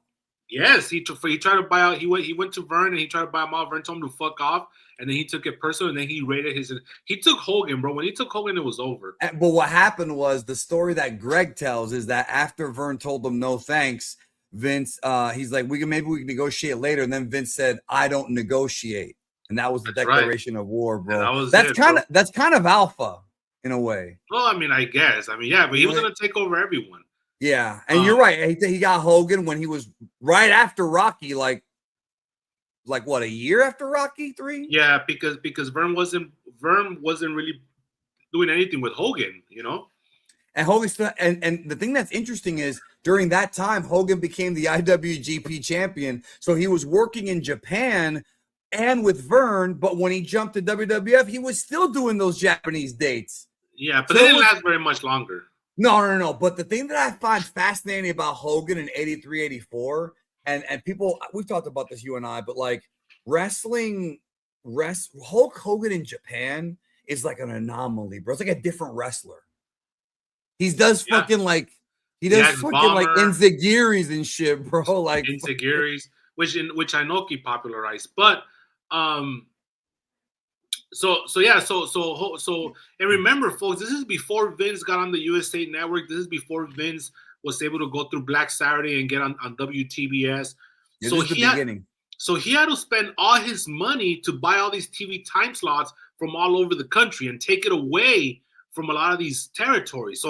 So for example, let's stay with Minnesota. He had to go into Vern territory and talk to the radio station, the television station guys, and be like, "Yo, give me his slot and I'll pay you more." And these people were loyal to Vern, just like all across the country. The television stations were loyal to the promoters they had been doing business with. But Vince had to up the ante and pay double, sometimes triple, for that time slot. So it was a big risk. And so what started to happen is that he started taking away their wrestlers, offering them more money, and then he started using those wrestlers to draw the houses in their particular territory. For example, when he took JYD would headline in Louisiana. When he took Jim Duggan would headline in Louisiana. Depending who he took away. When he took away Jesse Ventura, when he took away Dr. D, they would headline in Minneapolis. Yeah. So, Dr. D and Hogan feuded in like 81, 82 in Minneapolis. And that was also his first real feud in WWF. After the first guy. After beating the Sheik. Yeah, and then I think they call it the Minnesota Massacre or something like that, right? It had like a fancy name, Dr. D and Hogan. Yeah, and Jesse. Yeah, well, but Jesse had already been there, like, because there was a time where Vince Sr. and Vern did get along, because Andre went to go work for Vern. Like, there was a time where they traded guys. Well, Vince Sr. and Vern always got along. It was Vern. Yeah, Vince Jr. that came in and changed everything. And by that point, Vince Sr. was dead. He died in 83. So he was I thought it was 82. No, he sold it to Vince in 82. He died in 83. Yeah, he died in 83. So anyways, underway, you're gonna see a lot of men drop. Baby, watch them drop. Baby. Remember that shit, bro? Right. So he was talking to his daddy. So I want to tell the people how the format changed, because there was a lot more to kind of keep track of, because depending on the market you were gonna go into, that was the wrestler that you needed. So sometimes you needed JYD to headline for you. Sometimes you needed Greg Valentine to headline for you if you were in the Mid-Atlantic area. Obviously, Hogan was the big draw all across the nation. They got Ricky Steamboat also right before WrestleMania. That's right, yeah, because he was a George Scott guy. We're gonna talk about George Scott in a minute. But remember, WWF never did well in the Southern territories until Steve Austin. That's when they started to actually sell out. Because Southern has always been very wrestling heavy. Yeah, it's weird. It's hard to explain, bro. I tried to explain it to Carol. When WCW died in 2001, a lot of those fans did not switch over to WWF. A lot of them just moved on. Some went to UFC. Some just stopped. Like it's so hard to explain to people, bro. But and it's also let me tell you, there's a group of people that just don't like WWF and just never will, no matter what. Yeah, but there's also a lot of group of people that don't like any other wrestling other than WWF, no matter what. Right. I know, but I'm saying it's for people like us who watch everything. That seems weird. Well, I watch everything. You literally just said you don't watch. I don't think you watch anything right now. Didn't I just show 4 different territories? Should I keep going? No, modern time. You don't watch anything. Modern time. Yeah, but fuck modern wrestling, bro. Listen, I got classy Freddie Blassie on my screen, bro. Don Callis is awesome, but bro, you should have found that clip with Tiger Chung Lee, bro. I can't find it. The most racist fucking. Carried Santana. A drop kick. This is WWF, bro. Yeah, see, this is like a high spot for them. Well, this is a good match. It actually is a good match. But this is like you were talking about. The jobbers were not complete jobbers. They had some offense. Has a chair. And a Hussein already. See, this is awesome. See, this is actually cool. Either Hussein was counted out. Is this next line? Always like this. That's fucking Cheeky Baby, bro. Oh, he's already that big? It's Cheeky Baby against Chico Santana. This is, just so you know, this is January 1980. And also Cheeky went to Vern also. Well, Vern trained him. Bill Berger. Look at this guy, bro. Carl Berger, bro. And his opponent, 280 pounds it's Ken from Patera, Portland, bro. Oregon. The Grand Wizard of Wrestling. Remember when Big Kev came out dressed as the Grand Wizard in Nitro? Of course, bro. Nobody got that joke except for the hardcores. He was drinking the NyQuil, bro. That McMahon in 1980. Look at Vince with the canary yellow suit. Is it true that he's standing on the box right now? That was always a rumor with Vince. With Andre, I think he did that. Or no, Andre's still on the box. Mr. Patera, if we may, let's talk about this killer. But see, this is the thing about wrestling back then is the promos were way better. Indeed, perhaps it was the killer instinct, if you can call it. Look at this, he's got Dr. D's hair, bro. One of the reasons it took you to the top in all ranks of amateurs and weightlifting and all sorts of endeavors, but nevertheless. How old was Vinny here? Like 38? He was pretty young, right? Extent, because when people see Ken Patera, he was 40 they would have 35. A tendency to say, yeah. Hello, it's a great pleasure 35, to meet you. 35. No, he was 40 for WrestleMania 1. Yeah. Oh, there he is, bro. And their opponent, there he is, bro. 320 pounds from Venice Beach, California, Hulk Hogan. Whoa. And that is... That is Gary Max Capetta doing the ring announcement. What does Rocky say? Oh, Mickey was picking him up. He's just walking, kid. Yeah, no, what was it? How much do you think he eats? 228 pounds, weighing 228 pounds. That's a great fucking scene. Individual. Yeah, bro. Thunder Lips right here, bro. Let me tell you something, Tony Atlas. You know, I'm a better wrestler than you. You might be better at eating watermelon, brother. What was the other thing he said? That was horrible. We should have known then, bro. Oh, this is another thing they would do back then. If it was a giant guy, he'd wrestle 2 or 3 guys in a handicap match and win. Like Andre did this a lot. Bundy did this. They still do this now. Big John still, yeah, but not as much. Not as much. Didn't what's his name, bro? TK do it with Jake Hager once? No, we just saw this recently, bro, with Unpaco. Obafemi? Untaco, yeah. What's his name, bro? Obafemi. Obafemi from Wakanda.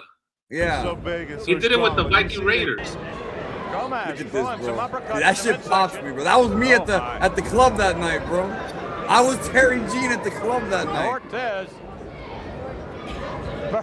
very reluctantly moving, and you would think we're gonna Ortez get to your would try super and chats in a minute, whip him bro. there from the back. He had an opportunity But see, to attack these from the matches back are and not great, sort of bro. But actually- the point of these matches is not to have good matches. It's to introduce the character of Hulk Hogan. It's like what Killer Kowalski said on the Unreal History of Wrestling. Prior to television, it would take months to get somebody over. With TV, you can get somebody over in 2 or 3 weeks if you do it right. Yeah, and that's awesome to me. So now we're kind of like in the 80s. So Vinny's kind of doing his new television where he would book for the month, right? Like you said, right after a pay-per-view. George South was the booker, right? No, George Scott.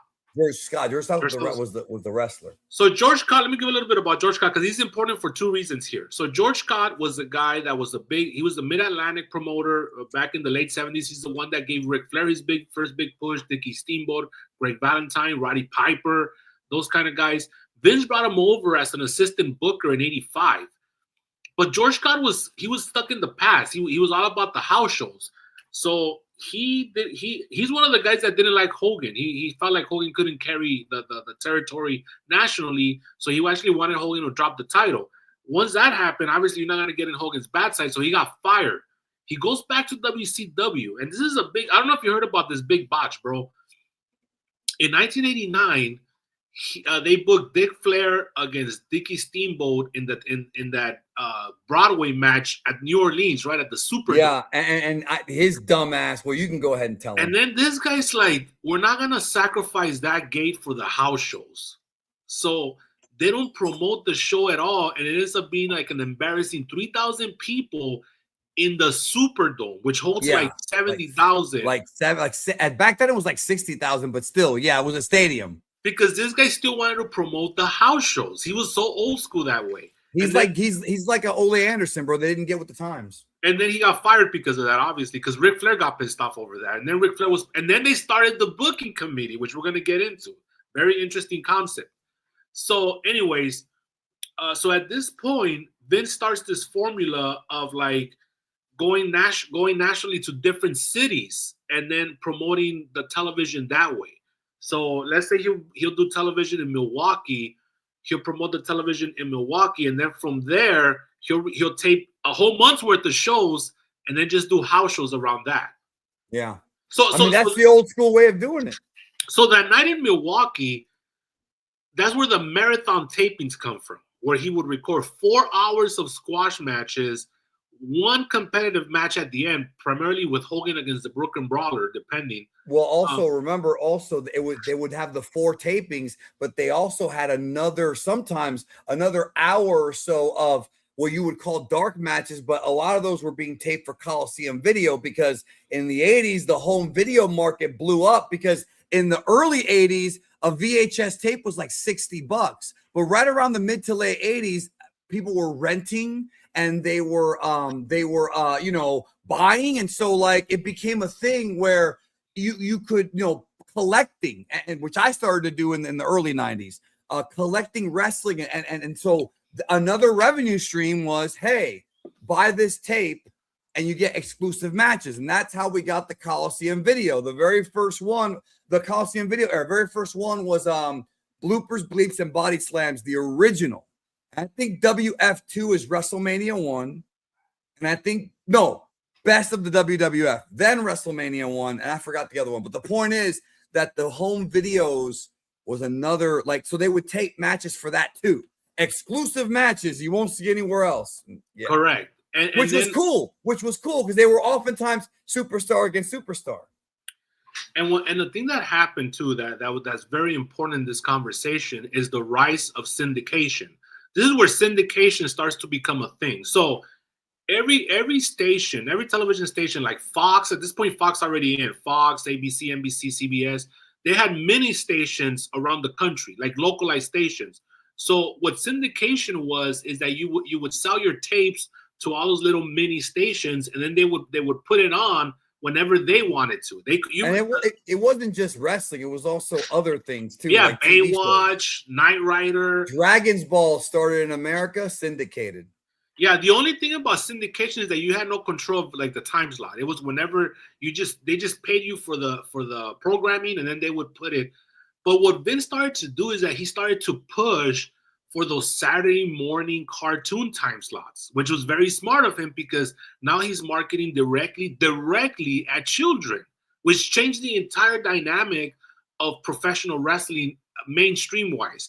So we went from this idea of like very adult-oriented sports kind of vibe to like a cartoon. And that's what you started to see from 87 up into like rock and wrestling.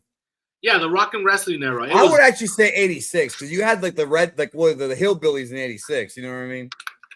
So that's when it started to become very, very cartoon for the WWF only, not everybody else. Everybody, and you started to see the difference. There was no everybody else was kind of doing the same thing for a while. Well, they were doing, but they were doing like very like adult-oriented programming. Yeah, but I'm saying they were doing the same thing, as in they didn't change to the cartoon stuff. Oh no! The one that tried to change to the cartoon stuff was Jim Herd in '89. That's Jim Herd, and then what's his name, bro? Oh my God, the guy the worst booker of all. What's his name, bro? I'm forgetting. Herb Abrams. Herb Abrams, that's right. He did a lot of the cartoony stuff too, but he only lasted like what, a few months, like a year. It wasn't long. It wasn't long. So Vince was the master of that. Right. And then he, like you said, he saw a lot of revenue streams. You got the toys, the merchandise, the videotape, pay-per-view starting to come up. So he started to make all this money. I'm going to show you the most Saturday morning cartoon shit ever, but go ahead. I'm going to pull it up. But the thing is that the format stayed the same for years. Right after the pay-per-view, sit down, him and Pat Patterson, and then at that time, George Scott, until he got fired in 87. But it was a couple different. He only trusted a couple different people to sit there and book the next month's worth of television. What I like about that format, bro, is that it forced you to follow through on your plans. Because once they were locked in, you couldn't go back. They were gonna air. You know, once in a while, he would cancel them, like that famous Jake the Snake heel turn in '86 against Hogan. You know, he saw that Jake got cheered, and then he just never aired it, you know? Well, one of the big ones that is controversial was when they were going to book Mike Tyson to referee the Hogan-Savage match on Saturday night's main event. And then like a week before the match, he gets knocked out in the Tokyo Dome, which we just celebrated recently. Buster Douglas. They had to bring in Buster Douglas. So according to Bruce, whether or not this is true or not, Bruce said that Vince called him and goes, yeah, you got to fly up here. He was in Houston. Why? Yeah, he got knocked out. We got to retape everything. So they went up there and they dubbed over the episodes of Superstars and Wrestling Challenge and said, oh, Mike Tyson's out. Buster Douglas is in. And they apparently got that deal done quick because Saturday night's main event was a live show right around the corner. It was Mike Tyson, not Mike Bison. That's a different guy. That's a different guy, yeah. But I was going to say that that's an example right there of like, oh, we got it. But those stories I love because they had to like last minute make a change and everybody's like, fuck. No, yeah, for sure. Anything else that comes off? I was trying to find Hulk Hogan's Rock and Wrestling because I thought I had every episode because that's an example of literally a Saturday morning cartoon. Yeah, I'm trying to think of any time where he had to make those drastic changes that after he had that were already taped. I mean, there's a few. I mean, you know the story of like how Ric Flair and Randy had to redo a match, but that was at the taping. No, and also I guess the whole Warrior, he got fired with a week's worth of tapings, and they had to like dub in Sid coming in, but Sid was like, if you remember, he's 91. No, this is 96. Oh, that's right. Yeah, because they had another week's worth of Warrior footage. Remember, they were doing the triple threat. It was a six-man. It was a six-man. Weird ass name where all the titles were on the line or some shit. No. You're getting confused. You're thinking of. I'm thinking of International Incident. No, right, but that wasn't all the titles. All the titles was In Your House, the previous year. Yoko Tuna and Owen against the Click, right? The dudes with attitude. Right, the dudes with attitudes. But International Incident was Sean, Ahmed Johnson, and Sid. It was supposed to be Warrior against Vader, Yokozuna, and Owen Hart. That was the That's match. right, but Warrior got fired, and they had 1 week left of tapings. And then also, I think they had to edit out dialed in, bro. Lexi. They had to Lexi Luger. They had to edit him out when he jumped over to the Mall of America. That's right. That's right. They already had like. I wonder if they're him and Mabel. They had him and Mabel, I believe, a match. Yeah, I wonder if they're ever gonna like put that because they have that still. They should put that up. It's probably in the Vault. The Vault has a lot of cool shit, bro. Yeah. If you go through the Vault, you'll find all kinds of weird shit. Whoever's running that account, bro, I like the shit. They're fans because they know what to put. Yeah, they have Percy in the back breaking character, bro. I mean, what more could you want? No, what they do is that they have a lot of backstage footage of vignettes. Right. Like the Bruce. Do you want? I want to hear your thoughts because this is another thing. Now, this is not a Vince creation. I believe WCCW was the one that really started going heavy with the vignettes. Mid-South did a lot of vignettes. But what do you think?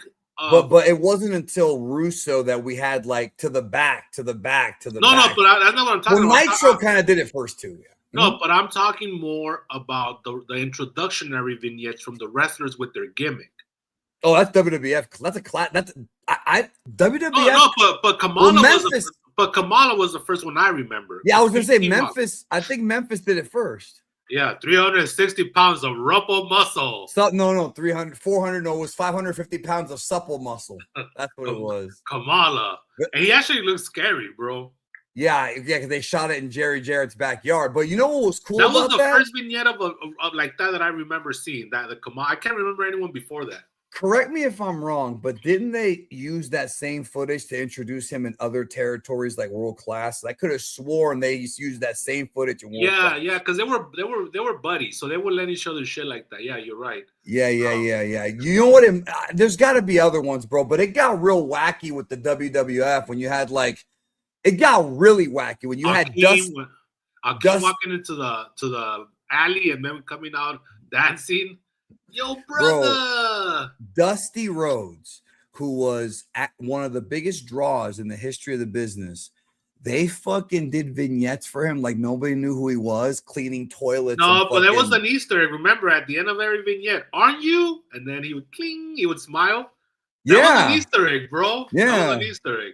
But he didn't become Dusty Rhodes until Sapphire betrayed him at the greatest pay-per-view. I'm the plumber man. Hey, everybody! But you know what? He did it with a smile on his face. He was broke as fuck, and he had We're still looking for Dust. That was NWA. That promo was NWA Dusty. Right. That's when he became NWA Dusty. He debuted the I Need Shelter from a Storm promo that he used about 10 times. Yeah, of course, bro. That's one of our favorites. I love that show. Okay, let me take these. We had a couple super chats here. Real Tech G. This guy's a troublemaker, bro. Congrats. He's going to be like, what do you mean? Congrats on over a decade of KLB and Dragon Ball's content. Well, we've got 12 years. You've done everything there is to do in this business. Put up the ring, negotiate talent. I didn't know you knew about that, bro. See, you should. I'm surprised that you're not here for more of these, but I hope that I do hope that you watch that stream I did with Derek Padula about Vegeta because I think you'll appreciate that. About vagina? What are you guys talking about? It's a Dragon's Ball thing. Amari says, I'm absolutely loving the history lesson. Thank you, Amari. This is one of those guys like Frank Lopez. So you know how Amari, bro, wasn't he at the Royal Rumble 96? No, this is Tupac Amara Shakur, bro. Hey, I could feel people's brains getting smaller. I'm sorry. In this audience, no, but check it out. So you know how like you and I had that thing where we don't remember Monster. This is like the anchor rolled order, bro. Damn, that's a reference. And there was this. He used to pay Brian $5 every week to do that, bro. The anchor, just for the anchor world. What happened to this business with the marks too, bro? I missed that era. Well, the wow factor. That's your favorite. 3 episodes. All right, so Sinbad and Jake. No, my favorite is getting sent home due to body odor, bro. That's my favorite. And I was vague right there. So why did you say that, bro? I was vague. Oh my god, you're gonna get me in trouble, bro. Come on, bro. I was vague. What I was gonna say, wow. I got sent home because of body odor once. How about that? I should be getting sent home because of body odor with the fucking gas I've been passing. But what I was gonna say was, so okay, you know how like we forgot that EC3 went against Dean Ambrose and all that. So this guy Amari and like Frank Lopez, because they're like younger than us, but they're still marks. This guy remembers like if you bring up like an NXT takeover, he'll remember like all the matches on it, you know, like kind of like how you know the Rumbles very well. And like I know some of the old pay-per-views. These younger guys are like us, but for more the modern stuff. You know what I'm saying? I don't remember shit of the modern stuff. Yeah, me neither. I mean, fuck, I don't remember anything. Wisco Dippers, did you know Justin Cook mentioned that Dragon Ball Z? Oh, wait. Dragon Ball Z dubs had lines that were inspired by wrestling promos. Do you prefer Kurt Angle or Chris Benoit all-around wrestler in person? Well, I interviewed Chris Rager, and he's a big – Chris Rager's a fan of world-class championship wrestling. Chris Benoit, bro. Maybe Casper Benoit you interviewed. I don't know about Chris. So which one do you prefer, Kurt Angle or Chris Benoit? Bro, this guy switches on you quick with these questions, bro. Like, there's no like space to like you let your brain switch topics here. He goes from one thing to the other. I think he's an ND, bro. Also, do you prefer Kurt Angle or Chris Benoit? All around as a person. Wait a minute. Okay, bro, as a wrestler, I think we know the answers to the person one, bro. I'm just as a wrestler, I'm a big, brother. You need glasses. What you need, bro? I see you. You need the surgery gimmick that I had. As a wrestler, I feel like Chris Benoit. I'm a bigger fan of Chris Benoit. As a person, come on, bro. I mean, Kurt Angle didn't give the gimmick, his gimmick finisher on his kid, bro. Kurt Angle reminds me of Buzz Lightyear. How? Please explain. I mean, he does have that little ball, the skull-looking head. That's all I can think of, bro. That's it. I mean, that's all there is, right? So, but basically, what was the whole purpose of this? Like, the whole thing is that I think that people who started watching wrestling from the Attitude Era and on have a completely different perspective of what wrestling is compared to like what it was before. Because even though you and I are not that old, we did catch like the tail end of the territories, I guess you can say, like the very, very end. And so we saw like house shows being the emphasis, 4 pay-per-views a year, not like 15 or whatever. Like we saw the transition from squash matches, and the reason why Raw and WWF had to change is because of Nitro. Nitro started to offer a product that was a lot more like Mid-South was, where you had like superstar against superstar. You had Hogan on TV every week. When Hogan was champion in the WWF, he wasn't wrestling. He was cutting promos every week, but he wasn't. Twice a year, maybe you'll see him on like a Superstars, maybe 3 times a year. But he was on Nitro every week in 95, right? And Raw was getting killed, so they had to put their stars on every week, and that's how you got like the squash matches kind of went by the wayside, and it became like star versus star.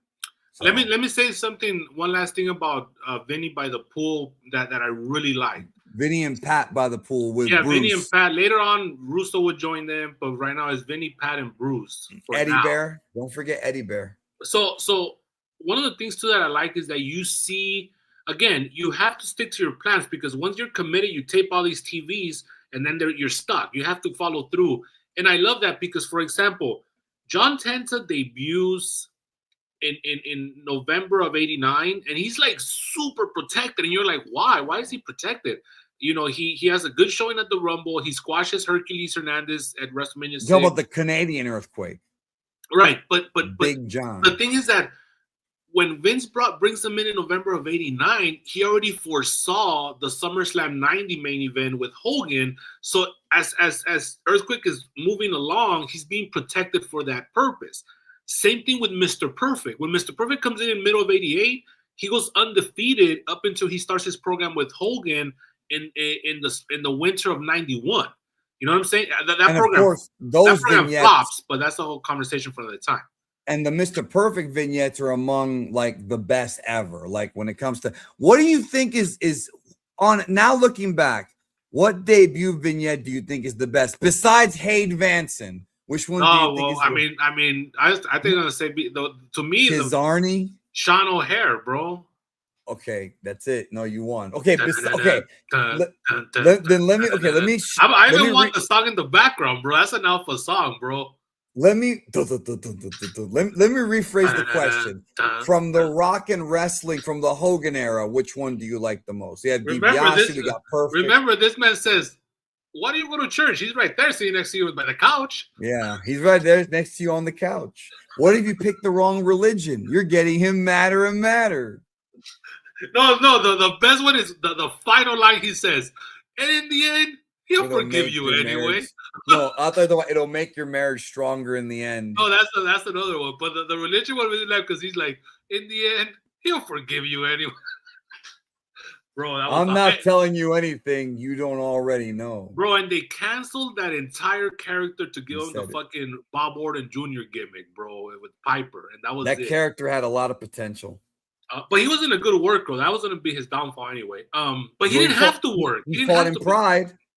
Yeah, but that's not mean a good worker, but that just mean you're a fucking fighter. But I'm just saying that's extra points. But okay, so of the Hogan era, what's your favorite vignette? Okay, the Hogan era. Let me. That's because I want to ask you about the Attitude Era next. I gotta think a little bit here. Hold on. Yeah. Hold on. I would have to say. Fuck. Let me think. There's a lot of good ones, man. A lot of good ones. I like Akeem, but that one just makes me laugh. What about Nails fucking yelling at Boss Man with a picture of the prison? That's it. I'm coming for you, Boss Man. There was Razor Ramon. That's the past Hogan era, right? Razor Ramon is past Hogan though. It's at the end. Yeah, maybe that's more like New Generation. No, but I like those vignettes, bro. Of course, especially with those pictures I sent you the other day. Remember those pictures? Man, I thought we had something going on. You thought we had something going on. No, that's not how it went. I thought you had a good time. No, you had a good time. That's what he said. See, I just broke her heart. No, I didn't say I just carved her heart because everything has to be a pun for the razor. That's right. Yeah, and then later on, Carlito's always also one of my favorites because it's kind of like Razor. He's in the Caribbean. I'm trying to. It was like Razor. I'm trying to think of what was a good one for. Well, okay. What about Attitude Era? What's your favorite Attitude Era vignette? Val Venus, bro. I was gonna say, yeah, and Russo wrote puns every single week, bro. Every week. Yeah. Edge, the original Edge, when he has to be deaf and dumb, those were cool too. When he was like mysterious and shit. Yeah. Well, what about Beaver Cleavage, bro? What about Beaver Cleavage? Those were fun, but they canceled them right away. That was fun. Those were fun too. Yeah.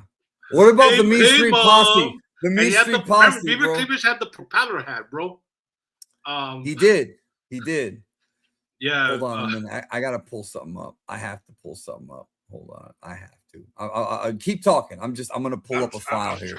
I'm trying to. You should have a file of vignettes, bro.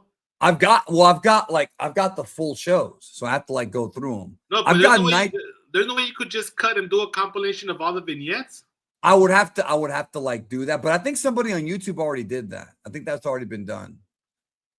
Hold on a minute, bro. Think. By the way, no wait, hold on. That's bro, that's right. You got the Nitro thing with the Raw intro. What the fuck? Right, because this is hold on. I'm trying to stop it, but it's not letting me stop it. This thing is okay. I can only do one at a time. There we go. That's why. Okay, so no, this is the Nitro opening. A couple of weeks ago, right? But this is an example of like Nitro was awesome during this time, bro. Look at the crowd. Look at, and it's a young crowd. Look at the crowd. Yeah, well, this was a fun time, bro. Like, dog, you understand that, like, during this time, like, I used to go swimming every Saturday, and I would always finish before 6:05 to watch Saturday night, bro. Like, little fat kid, not 400 pounds, not yet. Well, where were you 400 pounds? You keep on building up this 400 pounds. I was 400 pounds in high school. Which is before this. This is Luger and Savage. That feud went on forever, bro. Bishop was not a bad commentator, bro. I didn't think he was that bad. Well, you like Bishop in general. Where's the count? That's on you. Well, he pops. He's got the Desperado music as his entrance, bro. But right now, look at Terry G with the neck brace. I've got to be careful because this will get copyrighted. This will get copyrighted. How many seconds can you play it? Like 6 seconds. Damn, a Malenko Guerrero match, bro. You know that had to be good. This is, by the way, Bischoff did the same thing that Vince did. In ECW, Guerrero and Malenko had a legendary fucking 3-match feud. When they signed them both in '95 to WCW, they did it in WCW.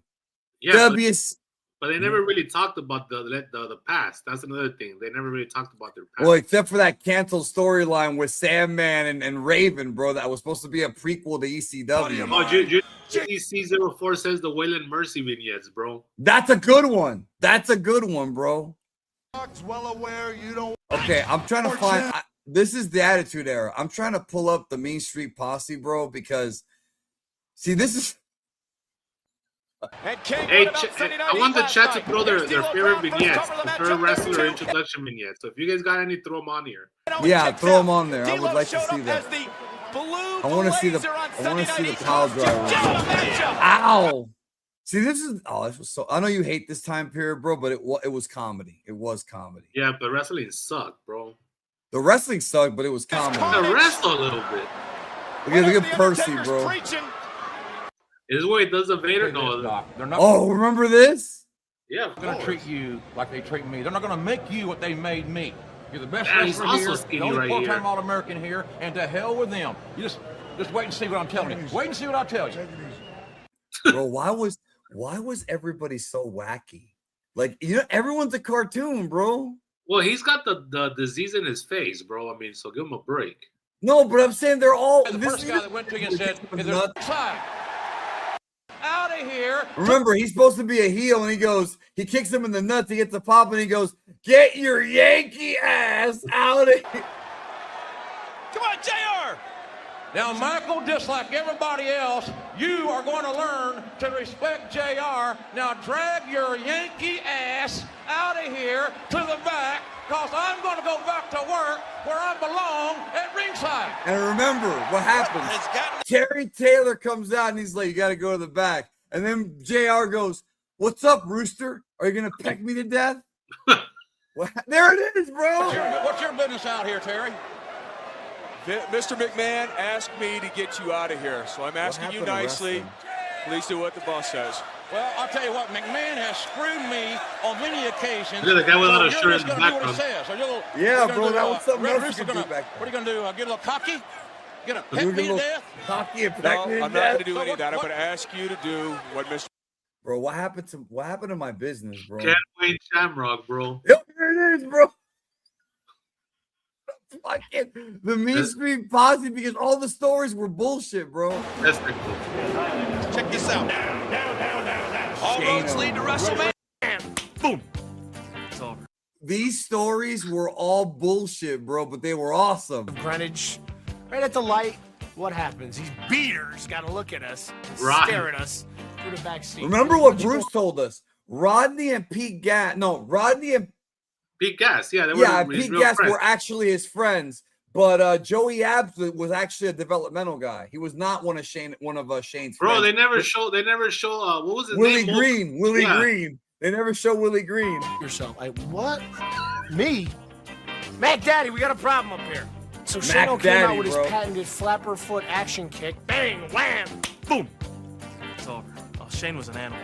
Our friend Willie Green, his dog got ran over flat. Willie Green, bro. You know what? the entire town of Greenwich is going to pay now. Shane O'Mac driving down the road, flying with the F-250, taking mailbox and the song, bro, the song too. The song is awesome, but the fact they showed that dog, bro, what pops me is that Pete. Remember Pete Gas is in quotations, so that means that because his real name is Pete Gasparino. That's his real name. I'm serious. I thought it was Pete Gas because he also farted a lot. No, that's my name. That's me, bro. I'm the one. In a while, just so we can have a battering ram to smash the rest of the mailboxes off. We were bored. We were the king of the town because we're rich punks that got tons of money, baby. And you know what? You can't do nothing about it. See, those vignettes were underrated, bro. I thought they were underrated. See, I'm sorry, bro, but I could watch this shit all day. Like, I can't watch modern wrestling, bro. Nah, but not this era. I wouldn't want to watch this era. Yeah, but I'm just trying to laugh. I'm not looking for great matches, bro. I'm just trying to laugh. Well, that's not. I watch something else. This is wrestling, bro. Ray Trailer, bro. This is when they put him on the cross. Boss man understands if he doesn't get down there. And you know Ray Trailer is from the South, bro. So that's very offensive to him, bro. I know what's gonna happen. He got moved in the air. Bro, was he supposed to fall like that? I don't know, because that was a big fall. Oh, this is the part where he lights the fucking cross on fire. Why'd he stop fighting King? Bro, he fucking said that this guy sounds like Nice Guy Eddie, bro. He's talking about Rodney. He does, bro. Quit pointing the fucking gun at my dad. Stop fighting. You can't hit cops. Here's the part right here, bro. Stop fighting. Where Big Take fucking lights the cross on fire. Corporation, they saved. Yeah, they saved the boss man. They're retreating. Look at this. Who is Paul Bear calling? Beelzebub, what is bro. the Undertaker doing? What is going on here? He's calling Christopher That's awesome, bro. If you're on the insider, you're thinking he's calling Christopher Daniels. I know, right? Bro, the fucking production when he fucking doesn't, bro. What? Oh, man, I love wrestling, bro. I wish I could just watch this shit all day. I mean, I do. Fuck modern wrestling. I don't know about that. No, I mean, it's just not as good. It's not as fun. I like having a good time, bro. Look, when Clink comes over, we watch the old shit and just. No, Collision was fun. Like, didn't have fun with Collision. It was, of course, bro. I'm not denying that. I'm just saying that. But you know what? I can't. Right now, WWE is very stale, bro. He said BBW daughters, bro. That's an old fan, right? Ray Trailer. Yeah, because you were in love with them, bro. When was the last time I had a really good time with WWE, bro? It's been a while. It has been a while because you've been more critical than I have. I was gonna say, did you like WrestleMania 40? You liked the Gunther, Drew McIntyre, Sheamus thing. That was in LA. That was awesome. Right? I was there live for that. Yeah, that was a good WrestleMania. No, but I'm talking about this kind of fun. Like bro. Never. Shit. But this hasn't been that long, bro. You know what? Some of the Sami Zayn with the what do you call it? The bloodline. The bloodline stuff. Yeah. Right. That was cool. That was fun. That's a good point. And then AEW, like right now, I'm really into them right now. Oh, the what about the Dominic Mysterio storyline with Rhea Ripley? That was all good stuff, I thought. Yeah, that's true. And he's still good now. He still comes out. He's a wacky character. Okay, no, yes, right now, I did like that era, bro, but we're not talking about that era right now. We're talking about TV, not like just indie stuff. No, right now what I really like, bro, is AAA, bro. Yeah, you've told me. The Undertaker's the booker. Type in a Grande Americano promo. Type in that and just play one random promo from his. You want me to do it right now, like on YouTube? Yeah. Because I want you, his Spanish is so fucking, and he uses the slang and everything, bro. This motherfucker's amazing. Okay, wait, hold on. I'm gonna try and find it. But I was gonna ask you, what the fuck did I just do to my screen? So I was gonna ask you, huh? But you know what? They're gonna flag that. Well, yeah, they're already gonna flag they're gonna flag the fucking Mean Street Posse part too. But I don't care because I had a good time with it. So you said El Grande Americano promo? Yeah. Yeah, we got to get out of here soon, bro. It's already 5 for me. Yeah, we'll get out of here. And I think you said that you wanted to do something today, like after. No, I mean it's late. You're right. We have a lot to talk about. All right, let me ask you a question. All right, so check it out. Let me share this. Okay. This one. Just play any of them. That one's fine. Hola. Mi nombre es el No, that's Chad Gable, bro. We're looking for Kaiser. Oh, okay. Is it that one? Go down. Go down. Right there, that's fine. This one? Oh, that one right there. That one. The son of the Viking. Why don't you just call him Vikingo? El hijo de Vikingo. Just forward this shit. When Grande talks. This guy's ugly, bro. That's how a lot of Mexicans look, bro. Yeah, I can tell. All right, I don't care about this fucking. I was supposed to see him live the night that I got fooked. I think he's gonna walk to the ring. Triple A looks like WWE now, completely. Pretty much. But you get a good roster though. Oh yeah, the wrestling I'm sure is great. I want to hear him talk. Look, he's amazing, bro. Like, look how over he is. It seems like he's getting over, yeah. He's really over. El campeón Look at that. de todo México. Look at with the little inflections and everything, bro. Fucking Kaiser. This is Ludwig Kaiser? Yeah. He should keep this gimmick forever. De Triple A. No mames, güey. Wow. Bro, Yeah, he speaks it almost as good as Vamp. Yeah, no, he's good, bro. Play it. Hey, let me ask you a question. Why can't fucking Mark the Mark or Sammy Guevara do this, bro? No, I don't understand that, bro. Ludwig Kaiser's from Germany. He's a white guy, a straight up European. Look at how he speaks Spanish. Chichaparro. La única cosa que tú y Canelo tienen en común es que en Las Vegas los dos la cagaron, güey. Dude, he's over, bro. Escúchame, I can see why. Tú no estás en Puebla. Dude, look at this motherfucker. I'm impressed. No And I've seen this estás en already. Guadalajara. Estás en mi casa con mi gente.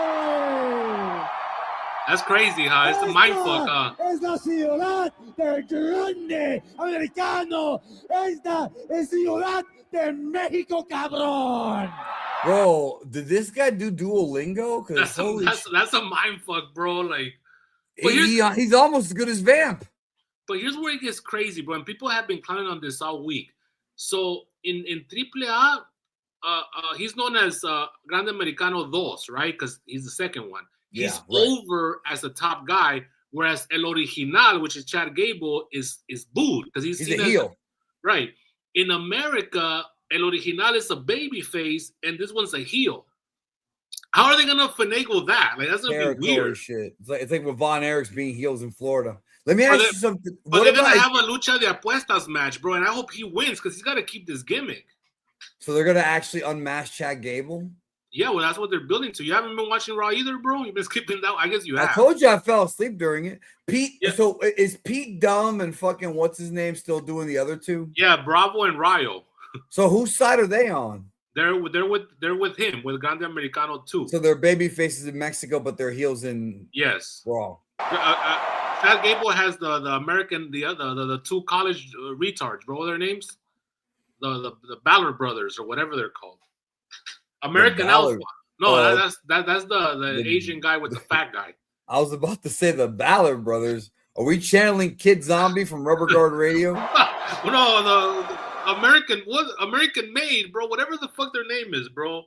Those two brothers. The Creed brothers. Yeah, there you go. Right.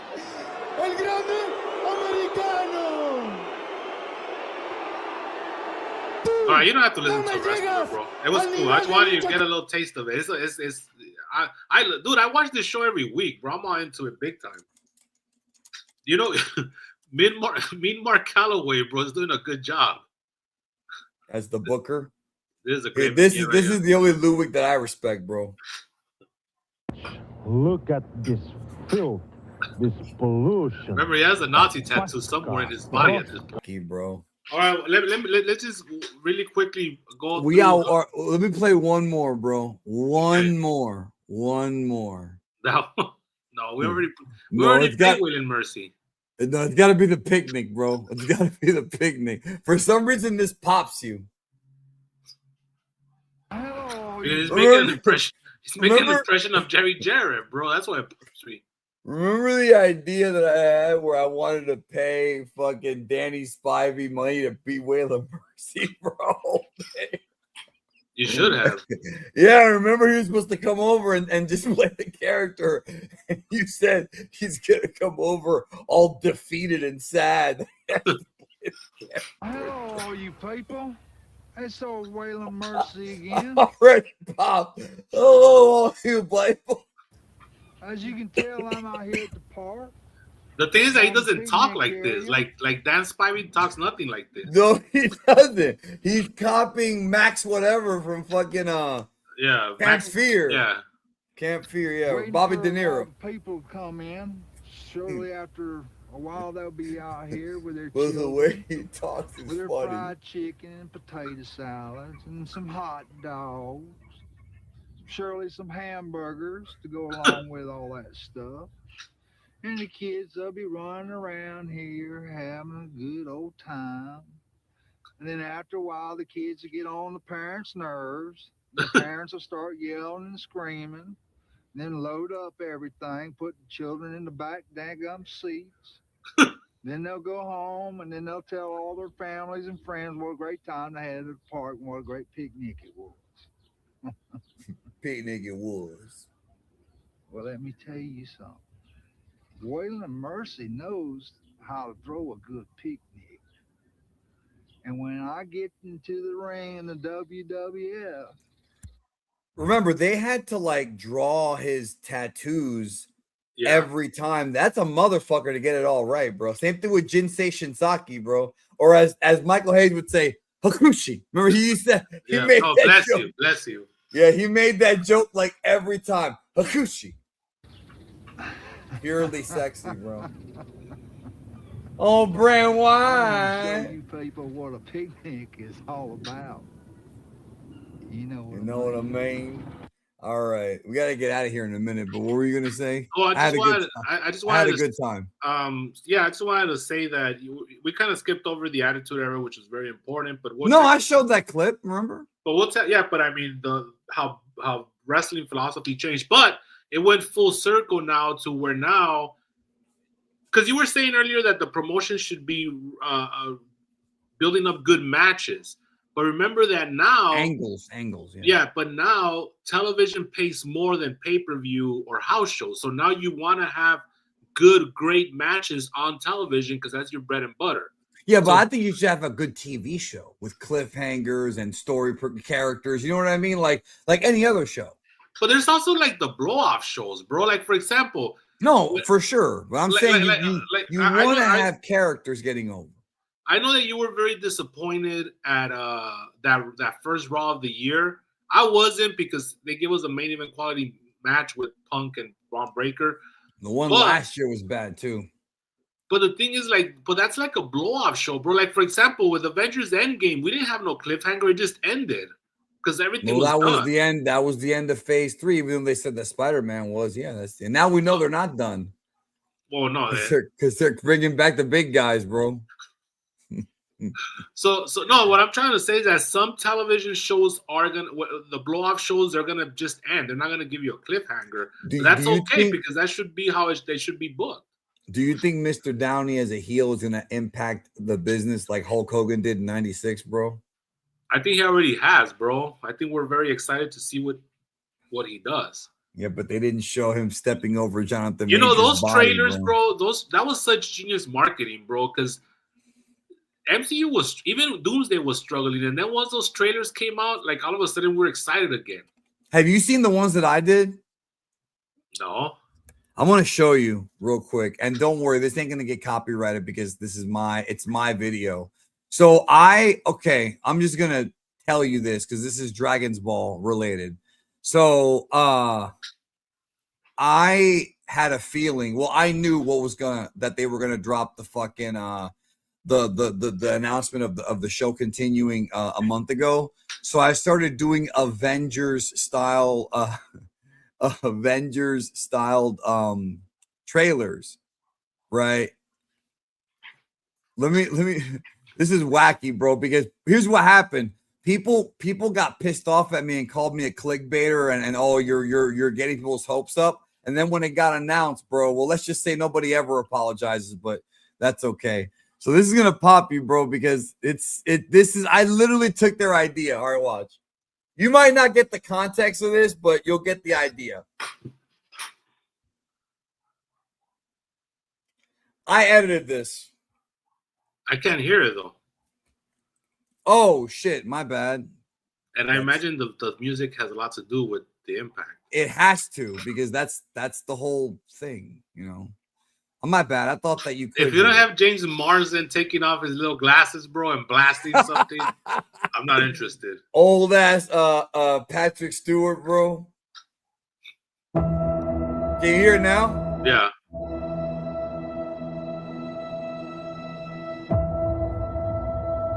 I'm proud of this editing, bro. I really am. I'm not Sally Menke, bro, but fuck it.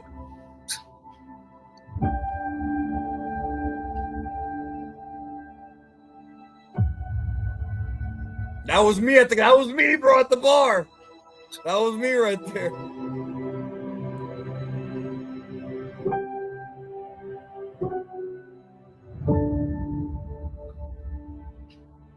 Woody Ross likes it.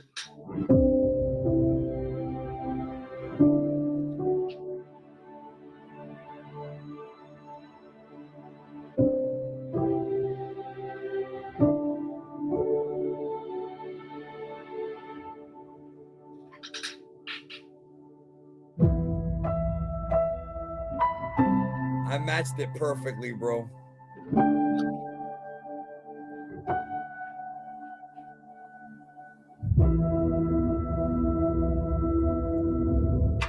So you did 4 of those?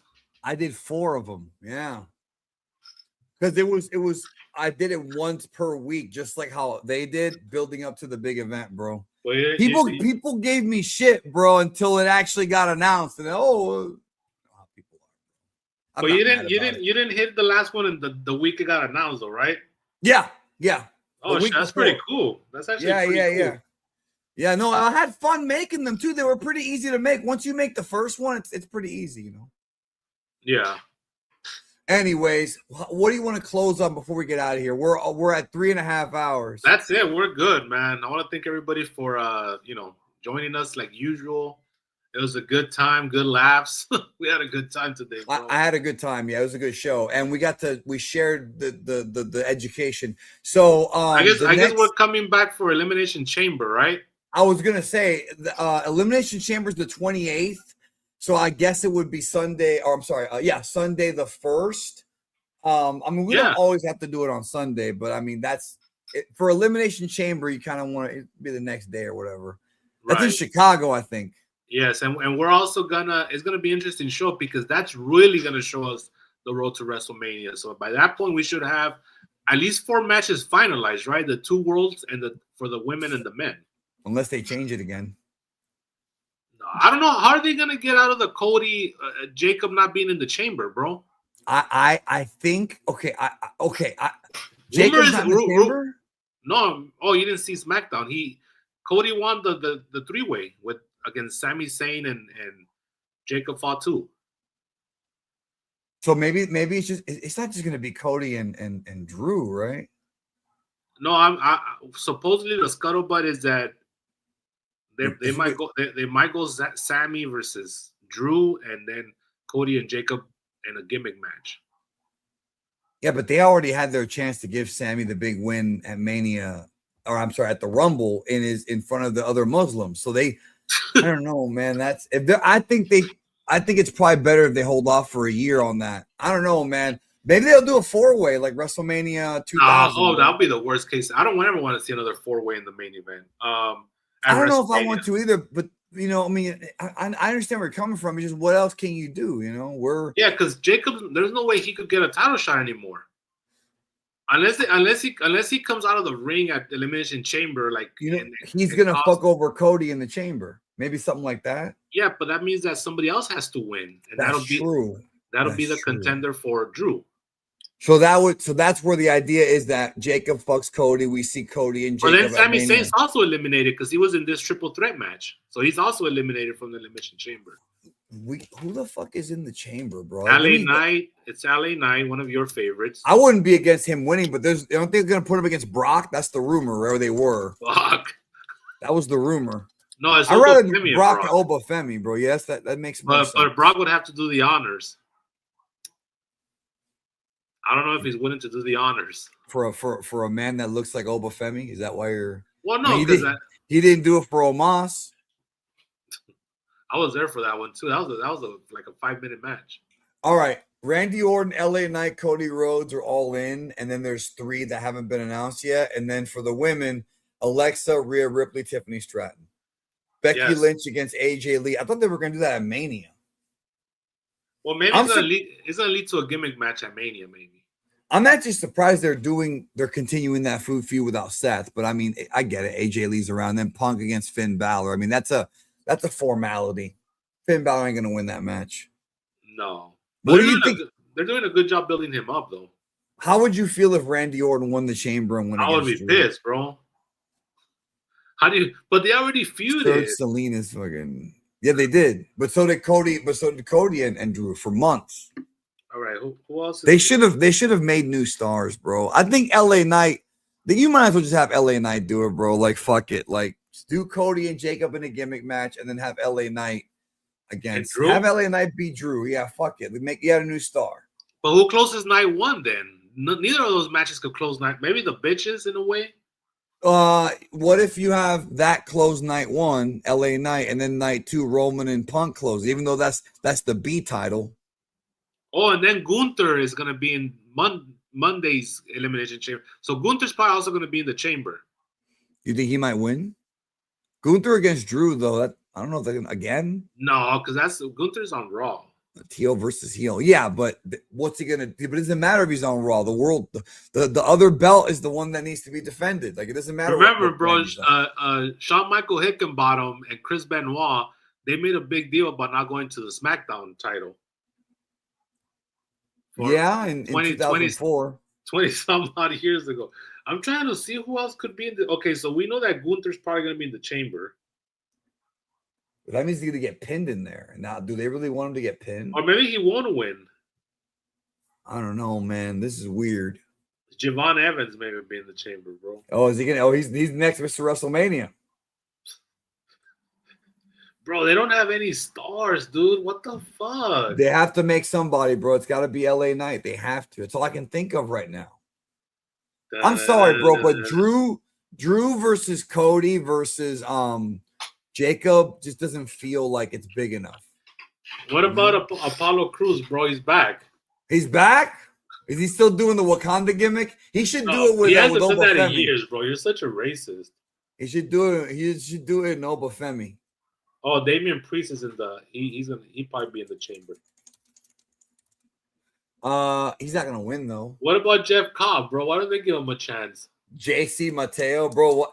Okay, Andrade's the first guy to go from WWE, AEW, back to WWE, back to AEW. Now, who do you think has had it the worst besides Andrade? Because he really did have it bad. Is it Jeff Cobb? Is it Aleister Black? Aleister Black's at least won some feuds. No, Miro, bro. Miro has had That's right, Miro. What's he gonna do, bro? He doesn't even have the awesome song anymore. No, bro. I used to pop you. He needs to be the Redeemer again, bro. My God. I used to love that shit, bro. That was my favorite time period of AEW, bro. That summer of 2021, when Aleister Black debuted, like that's when you were going every month to their shows. Didn't you go to like 3 of them in a row? No. You're wrong. In 2022, I went to 3 of them in a row. I went to Revolution, Double or Nothing, and Forbidden Door. That was fun. I'm trying to see who you could put this dude with. They have You're trying to book it, bro. It's fucking Bro, it's got to be LA. I'm looking at my phone, bro. What about Carmelo Hayes, bro? Come on, man. What about Dexter Loomis? Bro, what about Johnny Gargano? Johnny Gargano is doing a gimmick where he's depressed right now because his partner left him. They actually say that on television. Yeah, he left him become the TNT champion for 3 days. But what about Montez Ford, bro? Did you see how much weight he gained? Did you see that? No, video? no, but is he still splitting? Where's Bianca Belair at, bro? Where's she at? I don't know, bro. It's rumors. This is a weird time. She's like in the Britt Baker kind of thing right now. Oh, she's in Doghouse? She's been gone for a year, bro. Her last match was at WrestleMania. Yes. Well, no, remember, she came back to referee that one match in the summer. What about Matt Cardona, bro? He should win. Why don't you stop the Rock Up Business? Radio. No, he doesn't use that song no more, bro. I wish, bro. What about this, bro? MJF against Zilla Fatu at Hog Wrestling, bro. House of Glory Wrestling. Bro. Zilla Fatu's a mess, bro. Main event anywhere in the country. Hold on. Before we get out of here, bro, this is fucking with me. They don't have anyone. So imagine Logan Paul's going to end up in the chamber, but he's not going to win. Fuck. Maybe it is going to be LA Knight. Yeah. This WrestleMania is going to suck, bro. I know. And there's no, like, even Joey Annoying and Punk, right? Like, they're going to have good promos, but we already saw the 3-way last year with Seth. Like, I'll be honest, I'm not really excited for the match because Roman's a part-timer. Punk is like, bro, Punk should drop that belt to a young guy. Like, that's what I'm saying. Like, this WrestleMania is looking like ass already. Because, like, I'm not saying I don't like Roman Reigns or Punk. I'm just saying that, like, they're both kind of like not. They should use this WrestleMania, bro, to build up the future. You know what I mean? What about Rey Fenix, bro? They gave up on him and Penta, bro. They're feuding with fucking Bronson Reed, bro, and guys like that. Well, Bronson Reed's a top guy, bro. Okay, then have Bronson Reed go against someone. I don't know. I think Trick Williams is also eliminated from the. Is he? I have no idea. I think he was in the 3-way, right? Yeah, I think he was. Yeah, he was. He's eliminated. But I think they're gonna pair Trick Williams versus Randy Orton at Mania because they've been feuding. Yeah. Yeah, I know they've been feuding on TV. But Randy Orton's gonna beat him, bro. And you're gonna love that. He always beats the up and comers. He better not, bro. They should bring back Baron Corbin, bro, with the little smiley face in his belly button. He's in AEW. He signed a contract with AEW. So Seth Rollins is not ready to come back, I don't think, bro. When do we know when Seth's coming back? Do we have the ETA? Because he likes to work everyone, bro. That's true, but I don't think it'll be before Mania. Maybe he'll come back in the chamber. Hold on, qualifying matches. All right, here we go. Here we go. I'm gonna tell you right now. Okay. What the fuck? This shit ain't gonna answer nothing. Okay, so Randy Orton, LA Knight, Cody Rhodes. That's 1 Raw guy and 2 SmackDown guys. Yeah, it's gonna be 3 SmackDown guys and 3 Raw guys, right? Like that's. So tomorrow's gonna be Dominic versus Gunther versus Javon Evans for the 5th spot. What was that match again? Say it again. Dominic versus Gunther versus Javon Evans. So it's gonna be Gunther. Gunther and Dominic were supposed to have that feud, and we never got that either. What feud? No, it wasn't. You mean Dominic and Brock? No, no, you're right. I do mean Dominic and Brock. You're right. Gunther and Brock was supposed to be a thing, and that will be still. By the way, bro, this guy, enough with the ads. I'm not the one playing the ads, bro. YouTube is. I'm literally here recording a show. All right, here's the deal. I got it right now because so here's the 2 matches that are Dominic versus Gunther versus Javon. I think Gunther's gonna win, but I think the real winner, because next week is gonna be Carmelo Hayes versus Damian Priest versus Trick Williams. So I think if you want to pivot, you could have Trick Williams win the Elimination Chamber and go against Drew. But he's a heel. Yeah, but I think they'll turn Drew babyface for this feud. They'll turn Drew babyface, or Yeah. they'll turn Trick babyface. Drew. I don't know about that, bro. And then I wonder who's gonna fight, who's gonna wrestle. Because I have a feeling that Stephanie Vaquer and Liv Morgan are gonna wrestle at WrestleMania. Because they seem to be building that one more than Liv Morgan versus Jade Cargill. Right. So that leaves. I think Jade Cargill, Jordan Grace is going to be the Mania match, right? No, she already beat her on Friday, bro. Oh, okay. Never mind then. Match and she won clean. No, I think they're gonna go with Tiffany Stratton versus Jade Cargill because they've been feuding on and off for like a year almost. Well, Jade already killed her to get the title. Well, she didn't kill her, but she beat her. She beat her, bro, decisively. It wasn't a squash, but she beat her. Well, who else are they gonna put her? Kiana James, bro? Blake Monroe, I told you. Nah, she's gonna get called up after Mania. It's too late for pre-Mania stuff. Bro, I would give Blake Monroe the deepest dicking in history, bro. Let me tell you. Bro, this is weird. This Mania is gonna suck shit, is what you're saying. There's not even any big like feuds, like you know what I mean. Like you know how like how we have like blood feuds that were built up for a long time. We don't even have that now. Well, for WrestleMania 13, you didn't have that either. Yeah, but that fucking show sucked, and we did. We had Austin and Brett. That was built up since '96. But that was gonna be the British bullshit in Austin. Yeah, but it doesn't matter. It's still the build up. No, the one that hurts me about that show, bro, that they teased us with Lord Vader and Mick Foley, bro. That's they right. Just put him in this random fucking. But it was tag never match. gonna top the Halloween Havoc match, bro. Not in WWF. No, they were not gonna let them. Especially not without Harley Race there with the taser. Remember, that's how Vader beat him. Bro, think about that WrestleMania 13 card. We're supposed to have Shawn Michael Hickenbottom versus Brett in a ladder match, right? The British bullshit versus Austin. Right. We covered it on 30 for 30. Lord Vader versus Cactus Jack. Yeah, And you know that wasn't gonna be Cactus Jack. It wasn't gonna be no fucking Mankind. I hope so. What the Bulldog? Because he wasn't Cactus yet at that time. But see, who were they gonna put Owen with? Because Owen wasn't gonna. Because Owen was feuding with Bulldog. They were having problems, but Bulldog's already booked with Austin, so Owen was gonna be the odd person out.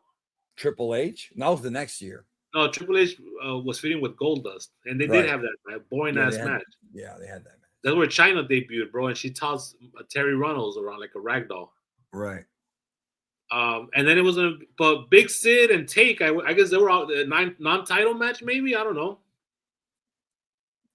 No idea. Because Shawn and Brett were gonna be for the title. We gotta ask Bruce, bro. We gotta look at the Bruce podcast to get the real story. All right, man. Let's get out of here. Yep. All right, y'all. Have a good one. Take care, and we'll see you in a couple weeks. We'll see you when we see you. Peace out.